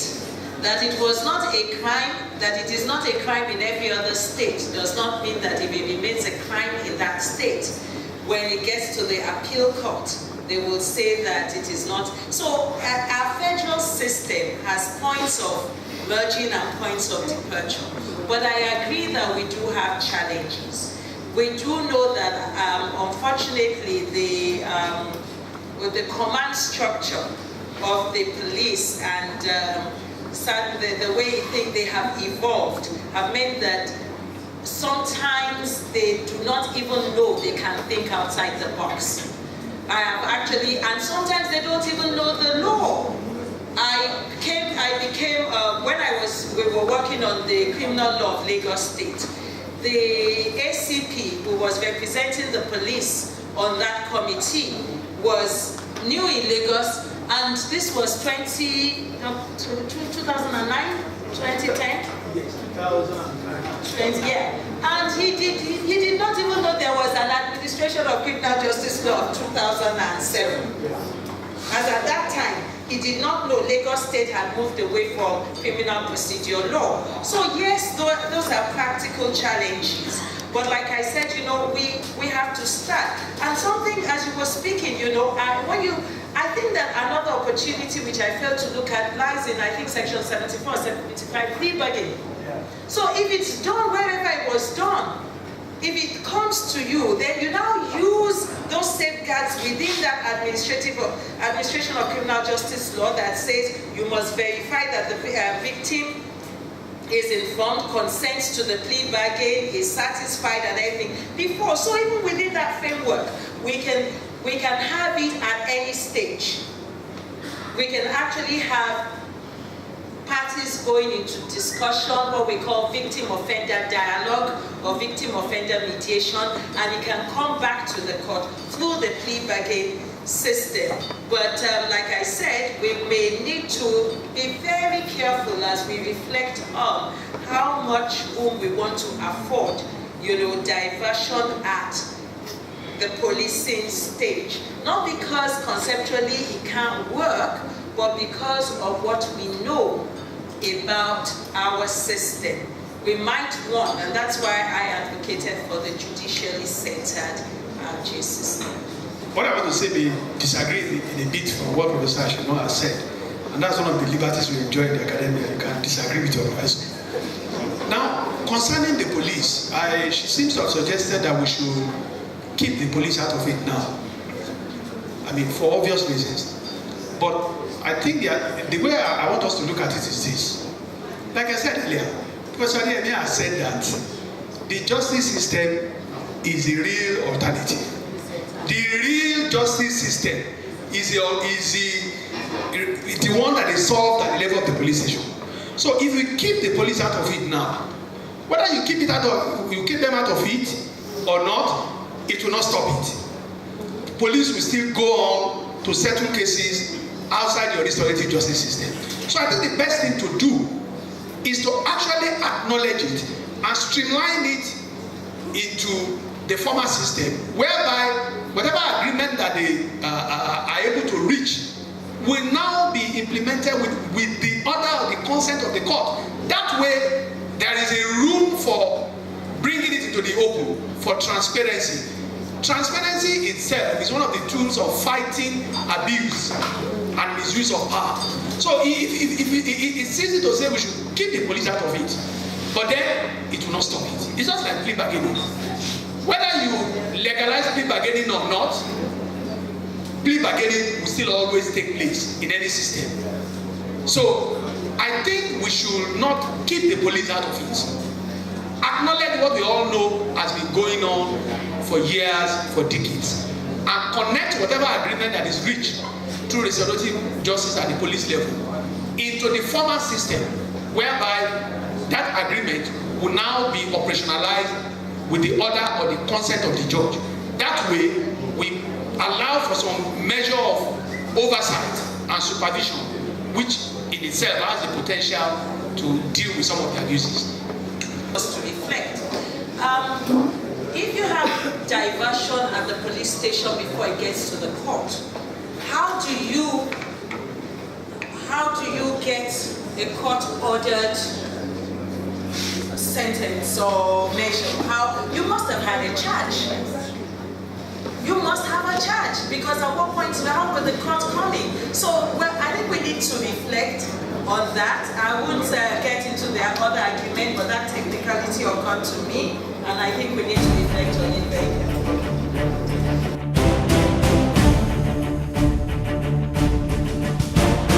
Thank you, Leonard Professor.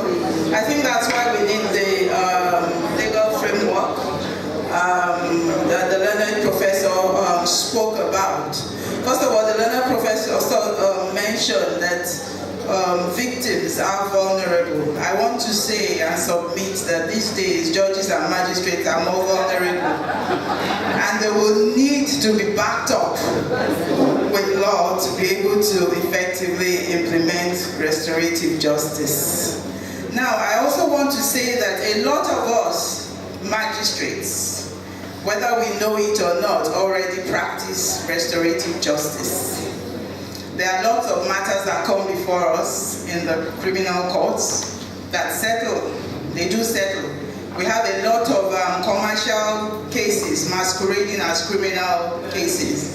You will see a complainant coming with a complaint of stealing and 419, whereas it's a contract. He supplied diesel and he didn't pay fully, and then they come to the criminal courts. And then they turn us into money collectors. They decide they want to settle, and then somebody will pay 100,000 today, they will take an adjournment. Come again. So what are we doing? We're actually practicing restorative justice. I remember in 2008, when I was in Tinubu Magistrate Court, 2009, there was a case I started. This young chap, at that time the banks used to think they were smart. So they will employ all these young chaps from the Polytechnic as contract staff. You understand? Because they don't want to pay fully. So of course this guy was busy making money out of them when he puts money in the machine, in the ATM machine. The ATM machine will recognizes what comes out, but not what goes in.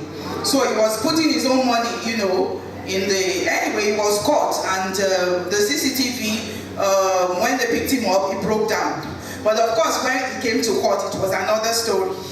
He had a very good lawyer, and the case went on. I traveled overseas for a year. They did not start de novo, they left the file there, 2009. I resumed, I went to the local government tribunal. Anyway, I did not pick up that file until 2013. When that file came before me in Ikeja, the lawyers, we were at the defense stage, and we were doing trial within trial. All of a sudden, one day, what did I see? The bankers came, the complainants came, they said they were settling. They had forgiven the guy. The guy had moved on, the guy had gone on to do masters and do everything, and they actually settled. Of course, I couldn't enter terms. We don't enter terms in the criminal court because we have nothing backing us all. But I let them settle, because if there is no witness, what do I want to do? So in that way, that's restorative justice. If that guy, young chap, who repented, had gone into prison, of what use would he have been to the bankers? So I know that a lot of us magistrates already are practitioners, we are believers. Just that we don't know. So what next are we expecting in this story of, first of all, I want to also say that from Justice Annie's story, we can see that there is a lot of synergy between the courts concerning mediation, because she had a lot of stories to tell about cases being mediated on. Now, if we in the courts are not feeding them at the mediation center with cases, then they won't have stories to tell. So I want to also encourage us to buy into restorative justice, the same way we have been able to buy in, though reluctantly at first, to mediation, but we are now sold out to mediation. So the success of restorative justice depends on you and I. The next stage in the courts, we will have researchers in the courts. What they will do is to gather data about the types of courts, the types of cases that come into the courts, duration of trial, whether the accused pleads guilty or not, disposition methods used, number of the cases where the judge ordered, different disposition methods. All these things is to enable the restorative justice project to move on, so that they know the type of cases they will start with. So that's the first thing. We will be seeing these researchers in our courts. That will take about 2 months or so. After that, we will select districts, and then pilot courts. We will train magistrates, judges, the police, the prisons, and all that. So that's the next stage. And I believe that after that, we will continue to have these conversations, which may lead to practice guidelines or legislation. And I believe that we will move on from there. I believe that there's still so much to go on, because I remember when we were at the LMDC, when we wanted to have the district settlement week. I remember district settlement week is what we do at the magistrate court. We have the Lagos settlement week at the High Court. And I remember that Professor Wasonye said then that, are we sure that we can actually refer cases? And I looked at him and wondered that we have been referring cases as magistrates for a long time. But then we looked at the law, and we found out there was a lacuna. While our own law, the magistrate court laws, allows us to refer cases to the multi-door, there was a lacuna in the multi-door courthouse law, which only allowed them to receive from the High Court. And immediately they put forward a bill or whatever, and they had that corrected, so we have the new law. So I believe there's so much we can still do. So I want to encourage us all to just continue to buy into it, and I believe that this project will succeed, and the society will be healed. Thank you. The knowledge I want to get is, you give us instances of when magistrates have been applying the restorative system. You gave the instance of the young banker, later on the settle. You gave another 2 instances. Now the question I want to ask is, what happened to the charge? Very good. Because we have no framework in place. What we just allow them, when they settle, they come before us, they file their affidavit it that we don't want to go on with the case, and we strike out the case. We can't enter terms because it's not a civil matter. There is nothing backing us up, you understand? But it's like, where are the accusers? If the accusers say, well, we're not going on, all we do is to strike out the case. My lord. Now, the next question is this. Is this restorative justice technically? Because the community was not involved in this instance, if you ask me. It was just a procedure you took to get rid of some cases that were not moving. Now,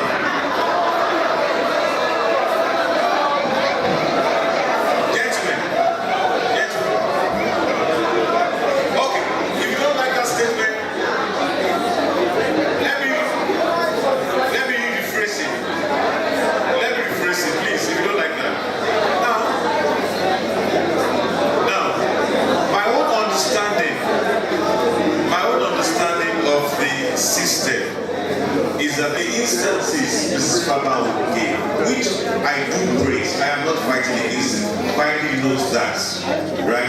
I'm just being technical. There were only two parties involved. I see it happen also, it's not that I don't see it happen, but do we call that restorative justice? How did the community have any benefit of what is strictly struck out? It is true that restorative justice must take into account the interest of the defender, the interest of the victim.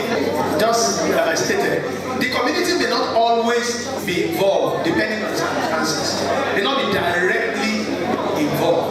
But I want to say, sir, that the settlement in this case will benefit the community because the man has turned out to be a better member of the society. He's not likely to be an armed robber again. Meanwhile, if he had gone to prison, he would probably have come out to be an armed robber or something like that. For her paper, which was very enlightening, and I agree with you that this issue of restorative justice should really involve the courts from inception. I agree with you on that. And I give an example. Only yesterday, there was a woman in the dock. She had a transaction with someone. She owed the person money. And of course, you know the who you know syndrome in Nigeria. Immediately they use it. I have a police officer somewhere, and off the person went to EFCC. And EFCC is used for that. That we know that. So off they went to EFCC. And she was charged before me. Now, yesterday, apparently the people have been talking behind, the defendant and the complainant, and they came to a sort of agreement that, look, this is really a transaction. She owes me money. She has promised to pay me back on so date. And I said, good, that's very good. And they went to the extent of filing an agreement. They entered into an agreement, they did everything, and they sent the letter to EFCC. As I've said before, EFCC is the complainant. Because EFCC said, no, this letter must go to the legal department. We brought this case to court. This is what I keep saying. We brought this case to court. It is our... No. Now, here I am, sitting on the bench. I'm ready to... And I had to start talking to the man. Say, look, these parties have settled. Let them go. Withdraw the charge. And this is where I'm coming to. That charge must be withdrawn by the state or by EFCC or whoever brought that charge. Otherwise, there's no agreement. And that is the position. You cannot do it without the input of a judge. Even at the police station. What do I want on in the police station? Am I to verify or sanction the agreement of a policeman with the two people? No, the case must come before me formally. There must be something. Let the lawyer file something. My lord, I seek your whatever. In this case, there must be something, a file, a form, an application, whatever you want to name it. It must come, it must be there. So that when the agreement comes, whatever the case may be, then I'll say, oh, is this case? Because I will not touch it if there's no case. This is the High Court. I will not touch it. As I don't know how any charge here, I don't know any black budget, and I don't know any technique. Sorry. That is the position. So I say this thing needs to be looked at very carefully. The magistrate court may be a little different, and that is why I said differentiate the different stakeholders in this thing. Police is different, magistrate is different, high court is different, Ministry of Justice, they have a different kettle of fish with their DPP advice and all that. Now there must be something to motivate me. Right now, even before you bring in the framework, we can suggest to the lawyer, put an application as allocators did. My lord, the law provides this, that you can do this for my client, you can do this for my client. Even another party will have a chance to reply. We can say, well, we don't want community service. That is an easier way of doing it. She's not entitled to community service. For this reason, I went down into my chambers and I will give you a ruling. And based on that ruling, we determine what type of sentence I will give. I think that would be an easier way of going about it. So these are the issues that I keep thinking. I'm sorry, and I hope that with time things will work out. Thank you very much. This is very interesting because we're all thinking. Because I think it's also very important to note that whereas plea bargaining can provide an opportunity, a platform for restorative justice, they're actually serving different ends. Yeah, and I think we need to be very careful. That case, I will say, at least thinking through now, I would say that was not restorative justice. I would say that was that was bargaining between the parties before they came to court. And I would actually want courts to use the provisions of the ACJL. Something that in all the discourse about restorative justice, which we never lose sight of, is that we want to do restorative justice, but we do not want parties.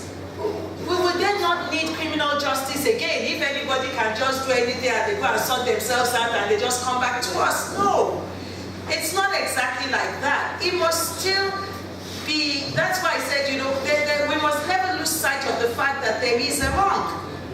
For example, if they come to you with what they have agreed to, you have a duty, and that's where the interest of the community, which my Lord was referring to, gets served. I think it's section 74 of the ACJL. You 75. You can refuse, you can modify, you look at the totality.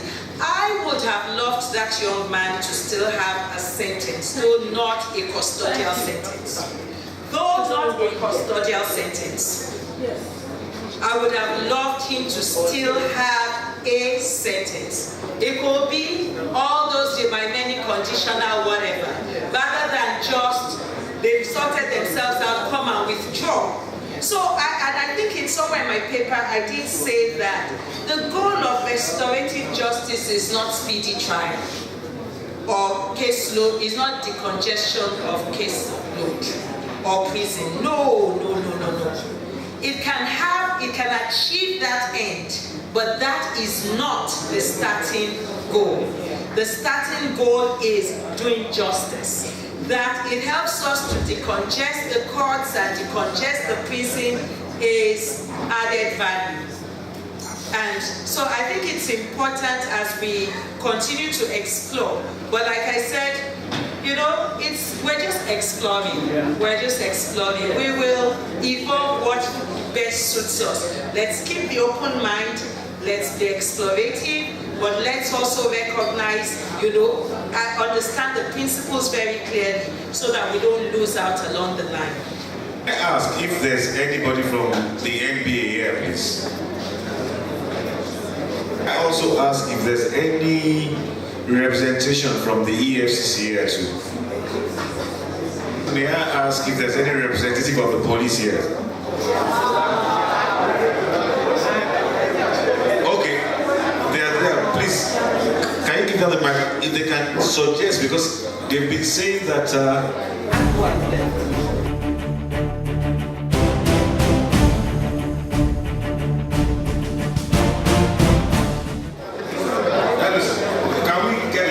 From your own end with with this topic we are trying to achieve, sir? Thank you very much, sir. My Lord, sir, all protocol officers, we, the Nigerian police, prosecuting in Lagos State, we are very, very happy to be part of this program. And the interactive session, we have learned a lot. We believe that the area that we are needed to make sure that this particular restorative justice framework work fine in Lagos State, we must give our support and work towards that. In doing justice, we have to consider the victim of the crime, the defender, and the community. When we are talking of restorative justice, it certainly matters between parties, that is the victim of the crime and the defendant. Which, for instance, in a case where the defendant stole from the complainant, the victim of the crime, and in settling the matter between them, there's an agreement that the defendant should pay for what he stole from the victim of the crime.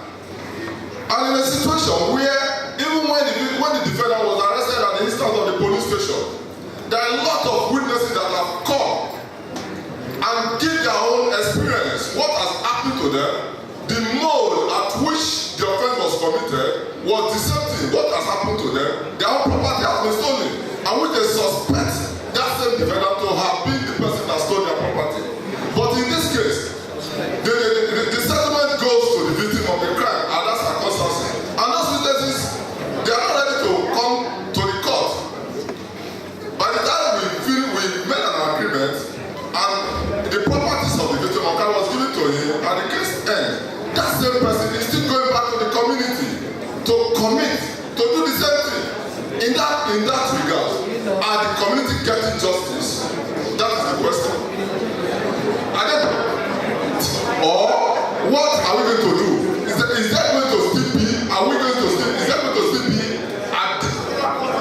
to serve as a deterrent to others, or that may even at least give a kind of restriction to commit other offenses? In my last intervention, when I said we must be careful not to reduce everything to settlement, and we must also ensure that we serve the, you want to be sure that the person who's involved maybe in a victim offender mediation is actually remorseful and not just seizing on the opportunity to get out easily. So it requires, there are protocols for such mediation. You will know exactly whether this person is manipulating the system or is truly remorseful. There must of course be training. So I think that it's not something that there can be, I can give you the answer, but I have emphasized that at no time is restorative justice saying that we no longer want a criminal justice system, we just want individuals to resolve their issues. Restorative, we will still have a criminal justice system where restorative justice drives everything that we do. The aspiration is restorative justice, but that is not the same as saying that we will allow criminals to make a fool out of all of us. There are safeguards, and that's why even in mediation, you try to understand whether the parties are actually in consenting. And I have mentioned to you that in some jurisdictions, you actually have some offenses where you have zero tolerance policy, you must go to prosecution. But even within that system, you then have how the system tries to serve the end of restorative justice. My lords, all other protocol duly observed. I wanted to make a point on the issue of the restorative justice being practiced by the police that I observed. Usually, counsel and litigants alike, they get very offended when cases are charged to court after parties may have indicated an intention to settle at the police station. I think it's on the right track. When the cases are charged to court, they tell us, oh, they want to withdraw, but the DPO that the case should still be charged to court. Now, when the case comes to court, it's now left to the magistrate to find out, what we normally do is we take the application like it was said and we check whether it is in the best interest of justice to allow the complainant to withdraw his complaint.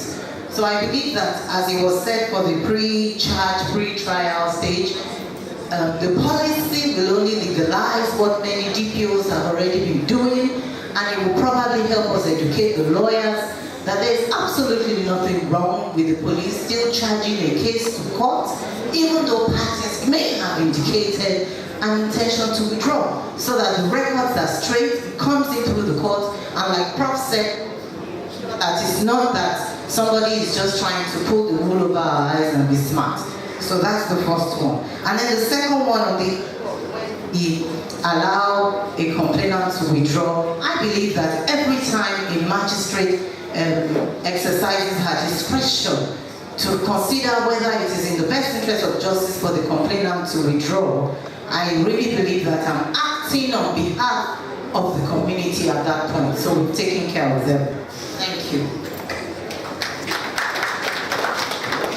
Well, my story still goes. We have to, you see, like what Justice Taiwo said, there are some stages we have to factor. The High Court stage is not the stage we are being told by the magistrates. You see, the charges must be withdrawn at the High Court. Or, worst case scenario, we strike it out, but there must be reasons. Do you understand? So don't say because I am saying there's no charge or there's nothing. No, I'm looking at it from where I am working. So I do appreciate that at the magistrate court, in summary, there are no documentations, if at all, so to speak. Yes, I know there are, no, but I just mean that all the procedure of filing this one, I mean, you can go around it. I do appreciate and I do agree. But the question is, and we shall talk about that later, is that restorative justice? That's still the question. Standing on the existing protocol, sir. My name is G.A. Martins. I just want to react to what the learned magistrate said earlier on. Insofar is good to be pragmatic and take along the intention of complainant. I think it's still the role of the state. The final decision maker is the state.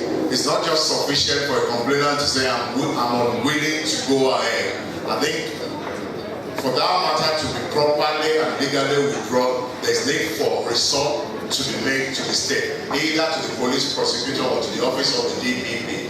In as much as the issue of taking along the intention of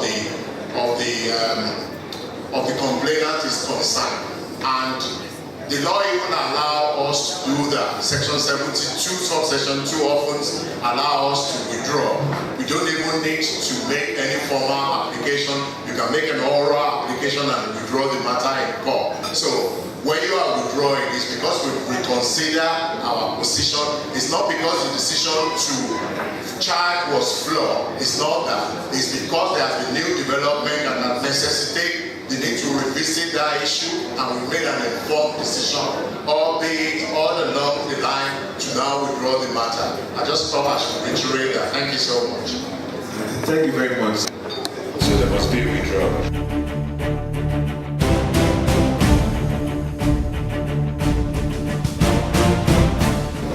Now, before it skips me, a lot of us do not like to speak when we're in forums like this. I do appreciate it.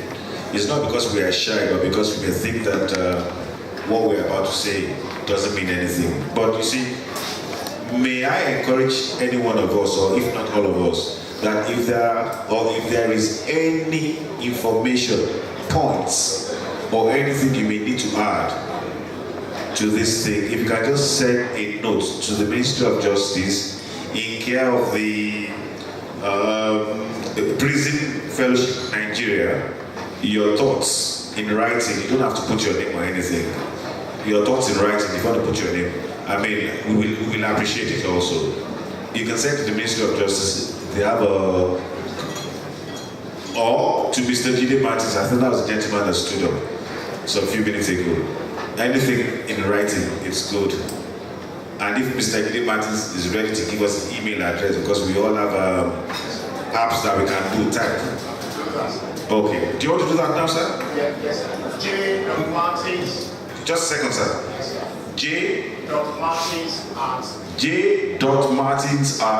Lagos Ministry of Justice.org. Oh, you mean Lagos Ministry of Justice? That's a website. Hey, let's give a clap.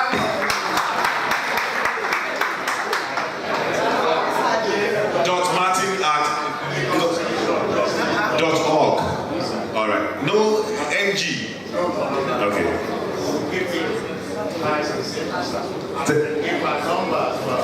Having a 070-860-99900. 070-860-99900. Thank you. And the email is j.martins@lagosministryofjustice.org. Thank you. Thank you very much, sir. My Lord, the Chairman, who has so very ably represented the Honorable Chief Judge of Lagos State, and my very amiable Director of Public Prosecutions, who has so very ably as well represented the Honorable Attorney General of the state. After God, you are next. We want to give God the glory. We want to thank Him so very much for giving us life and opportunity to begin to use our professional competencies and abilities to begin to look at ways we can better our nation, and improve the cause of justice. We are indeed very, very grateful to you for finding time out of your very busy schedule to sit through, not just coming and going after the opening comments, but sitting through and presiding. We are indeed very grateful to you. You're very welcome, sir. We want to thank our very, very, very distinguished speakers who have, tickled our intellect and challenged our creative ideas. I want to thank Dr. Akim Bello. He flew all the way in from Abuja to be able to be with us here. Honorable Justice, and he also flew all the way from Enugu to be here. We are grateful to you. And Professor Shenwa kept our blood pressure. He flew from Unilag.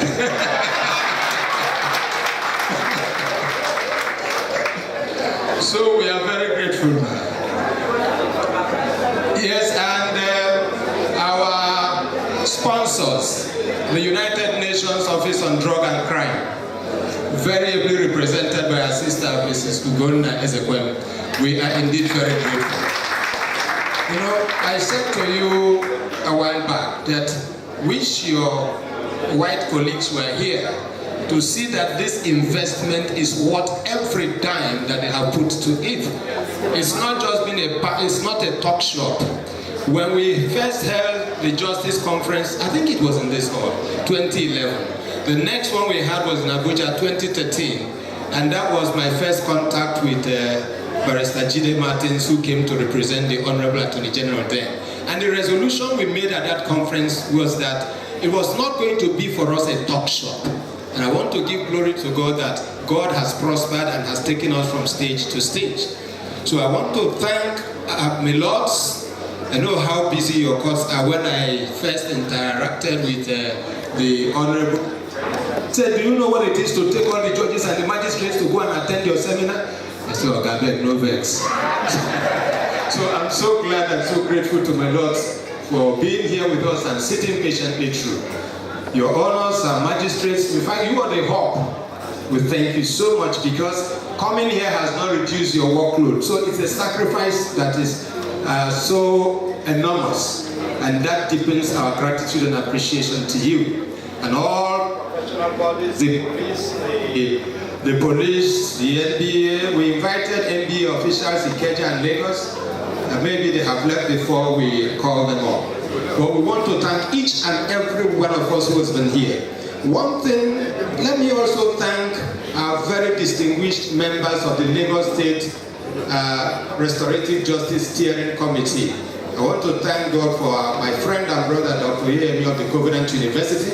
He's the director of the Counseling Center there. Thank you so very much for... the Restorative Justice Steering Committee does not know it all. And we have seen the beauty of this forum, the ideas that you have generated, the thoughts that you have provoked. We're going to look at them, we're going to be able to address them. It's going to make the project work better. But let us know if these are collective projects. And that is why I re-echo Milord's appeal to us. Let us know your thoughts. But one thing we can assure you, it is a workable idea and it is going to work.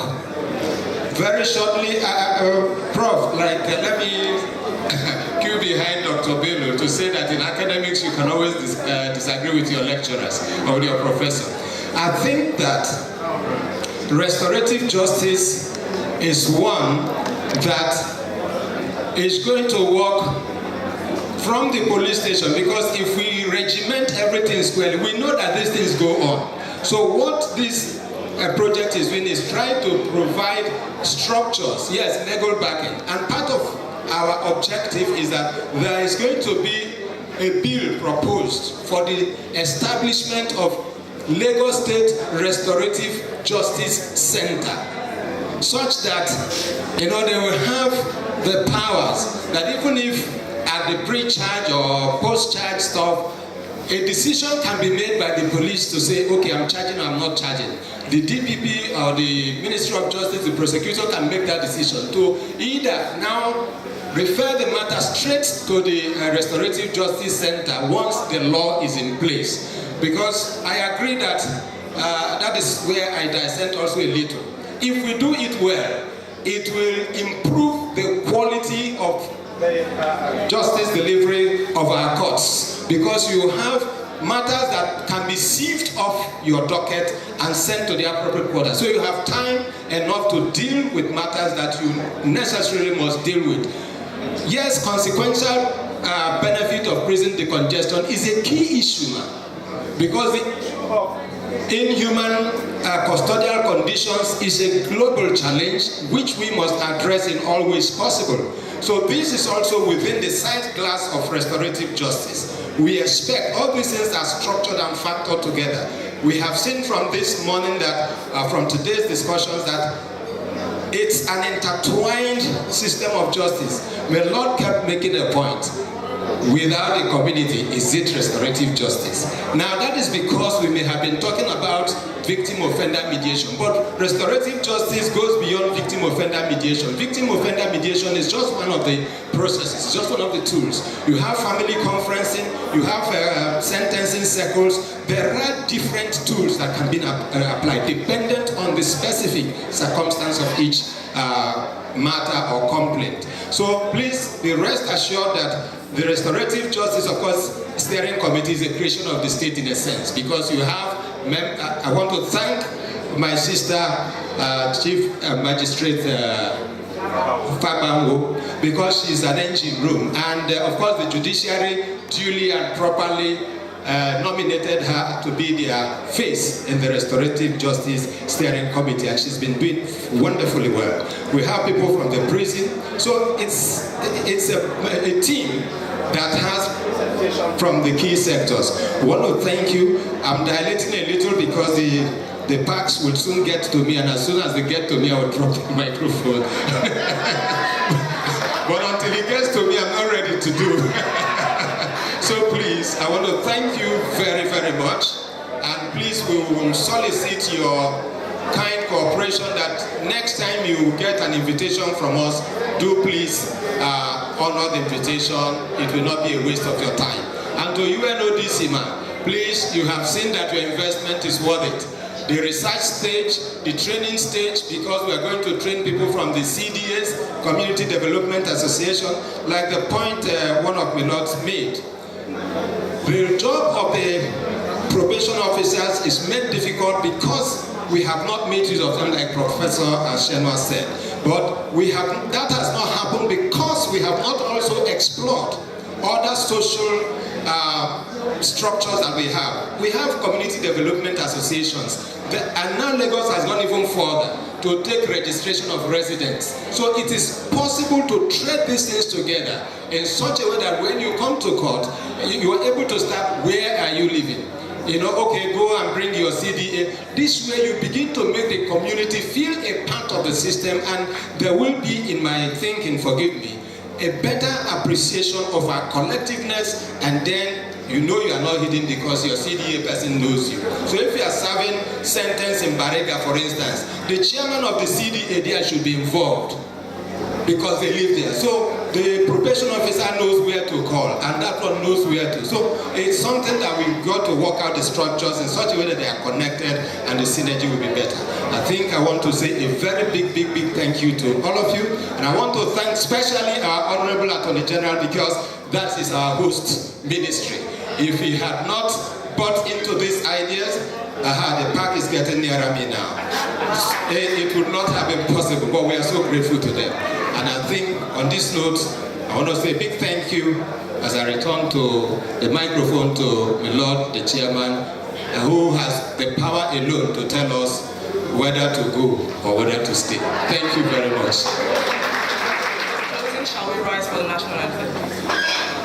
This time we take the second stanza. I'm only joking, we'll go with the first.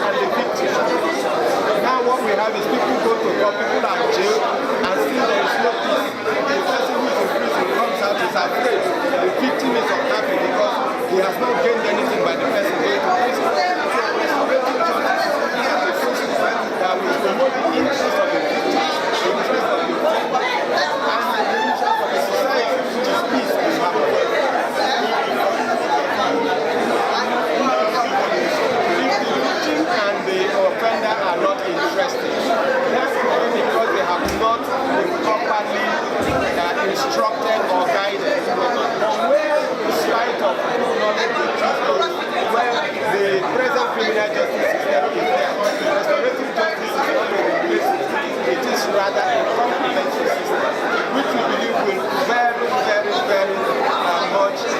reduce the congestion in prisons, improve custodial conditions, and enable the prison service to utilize what is available to them for the rehabilitation of those who are in there.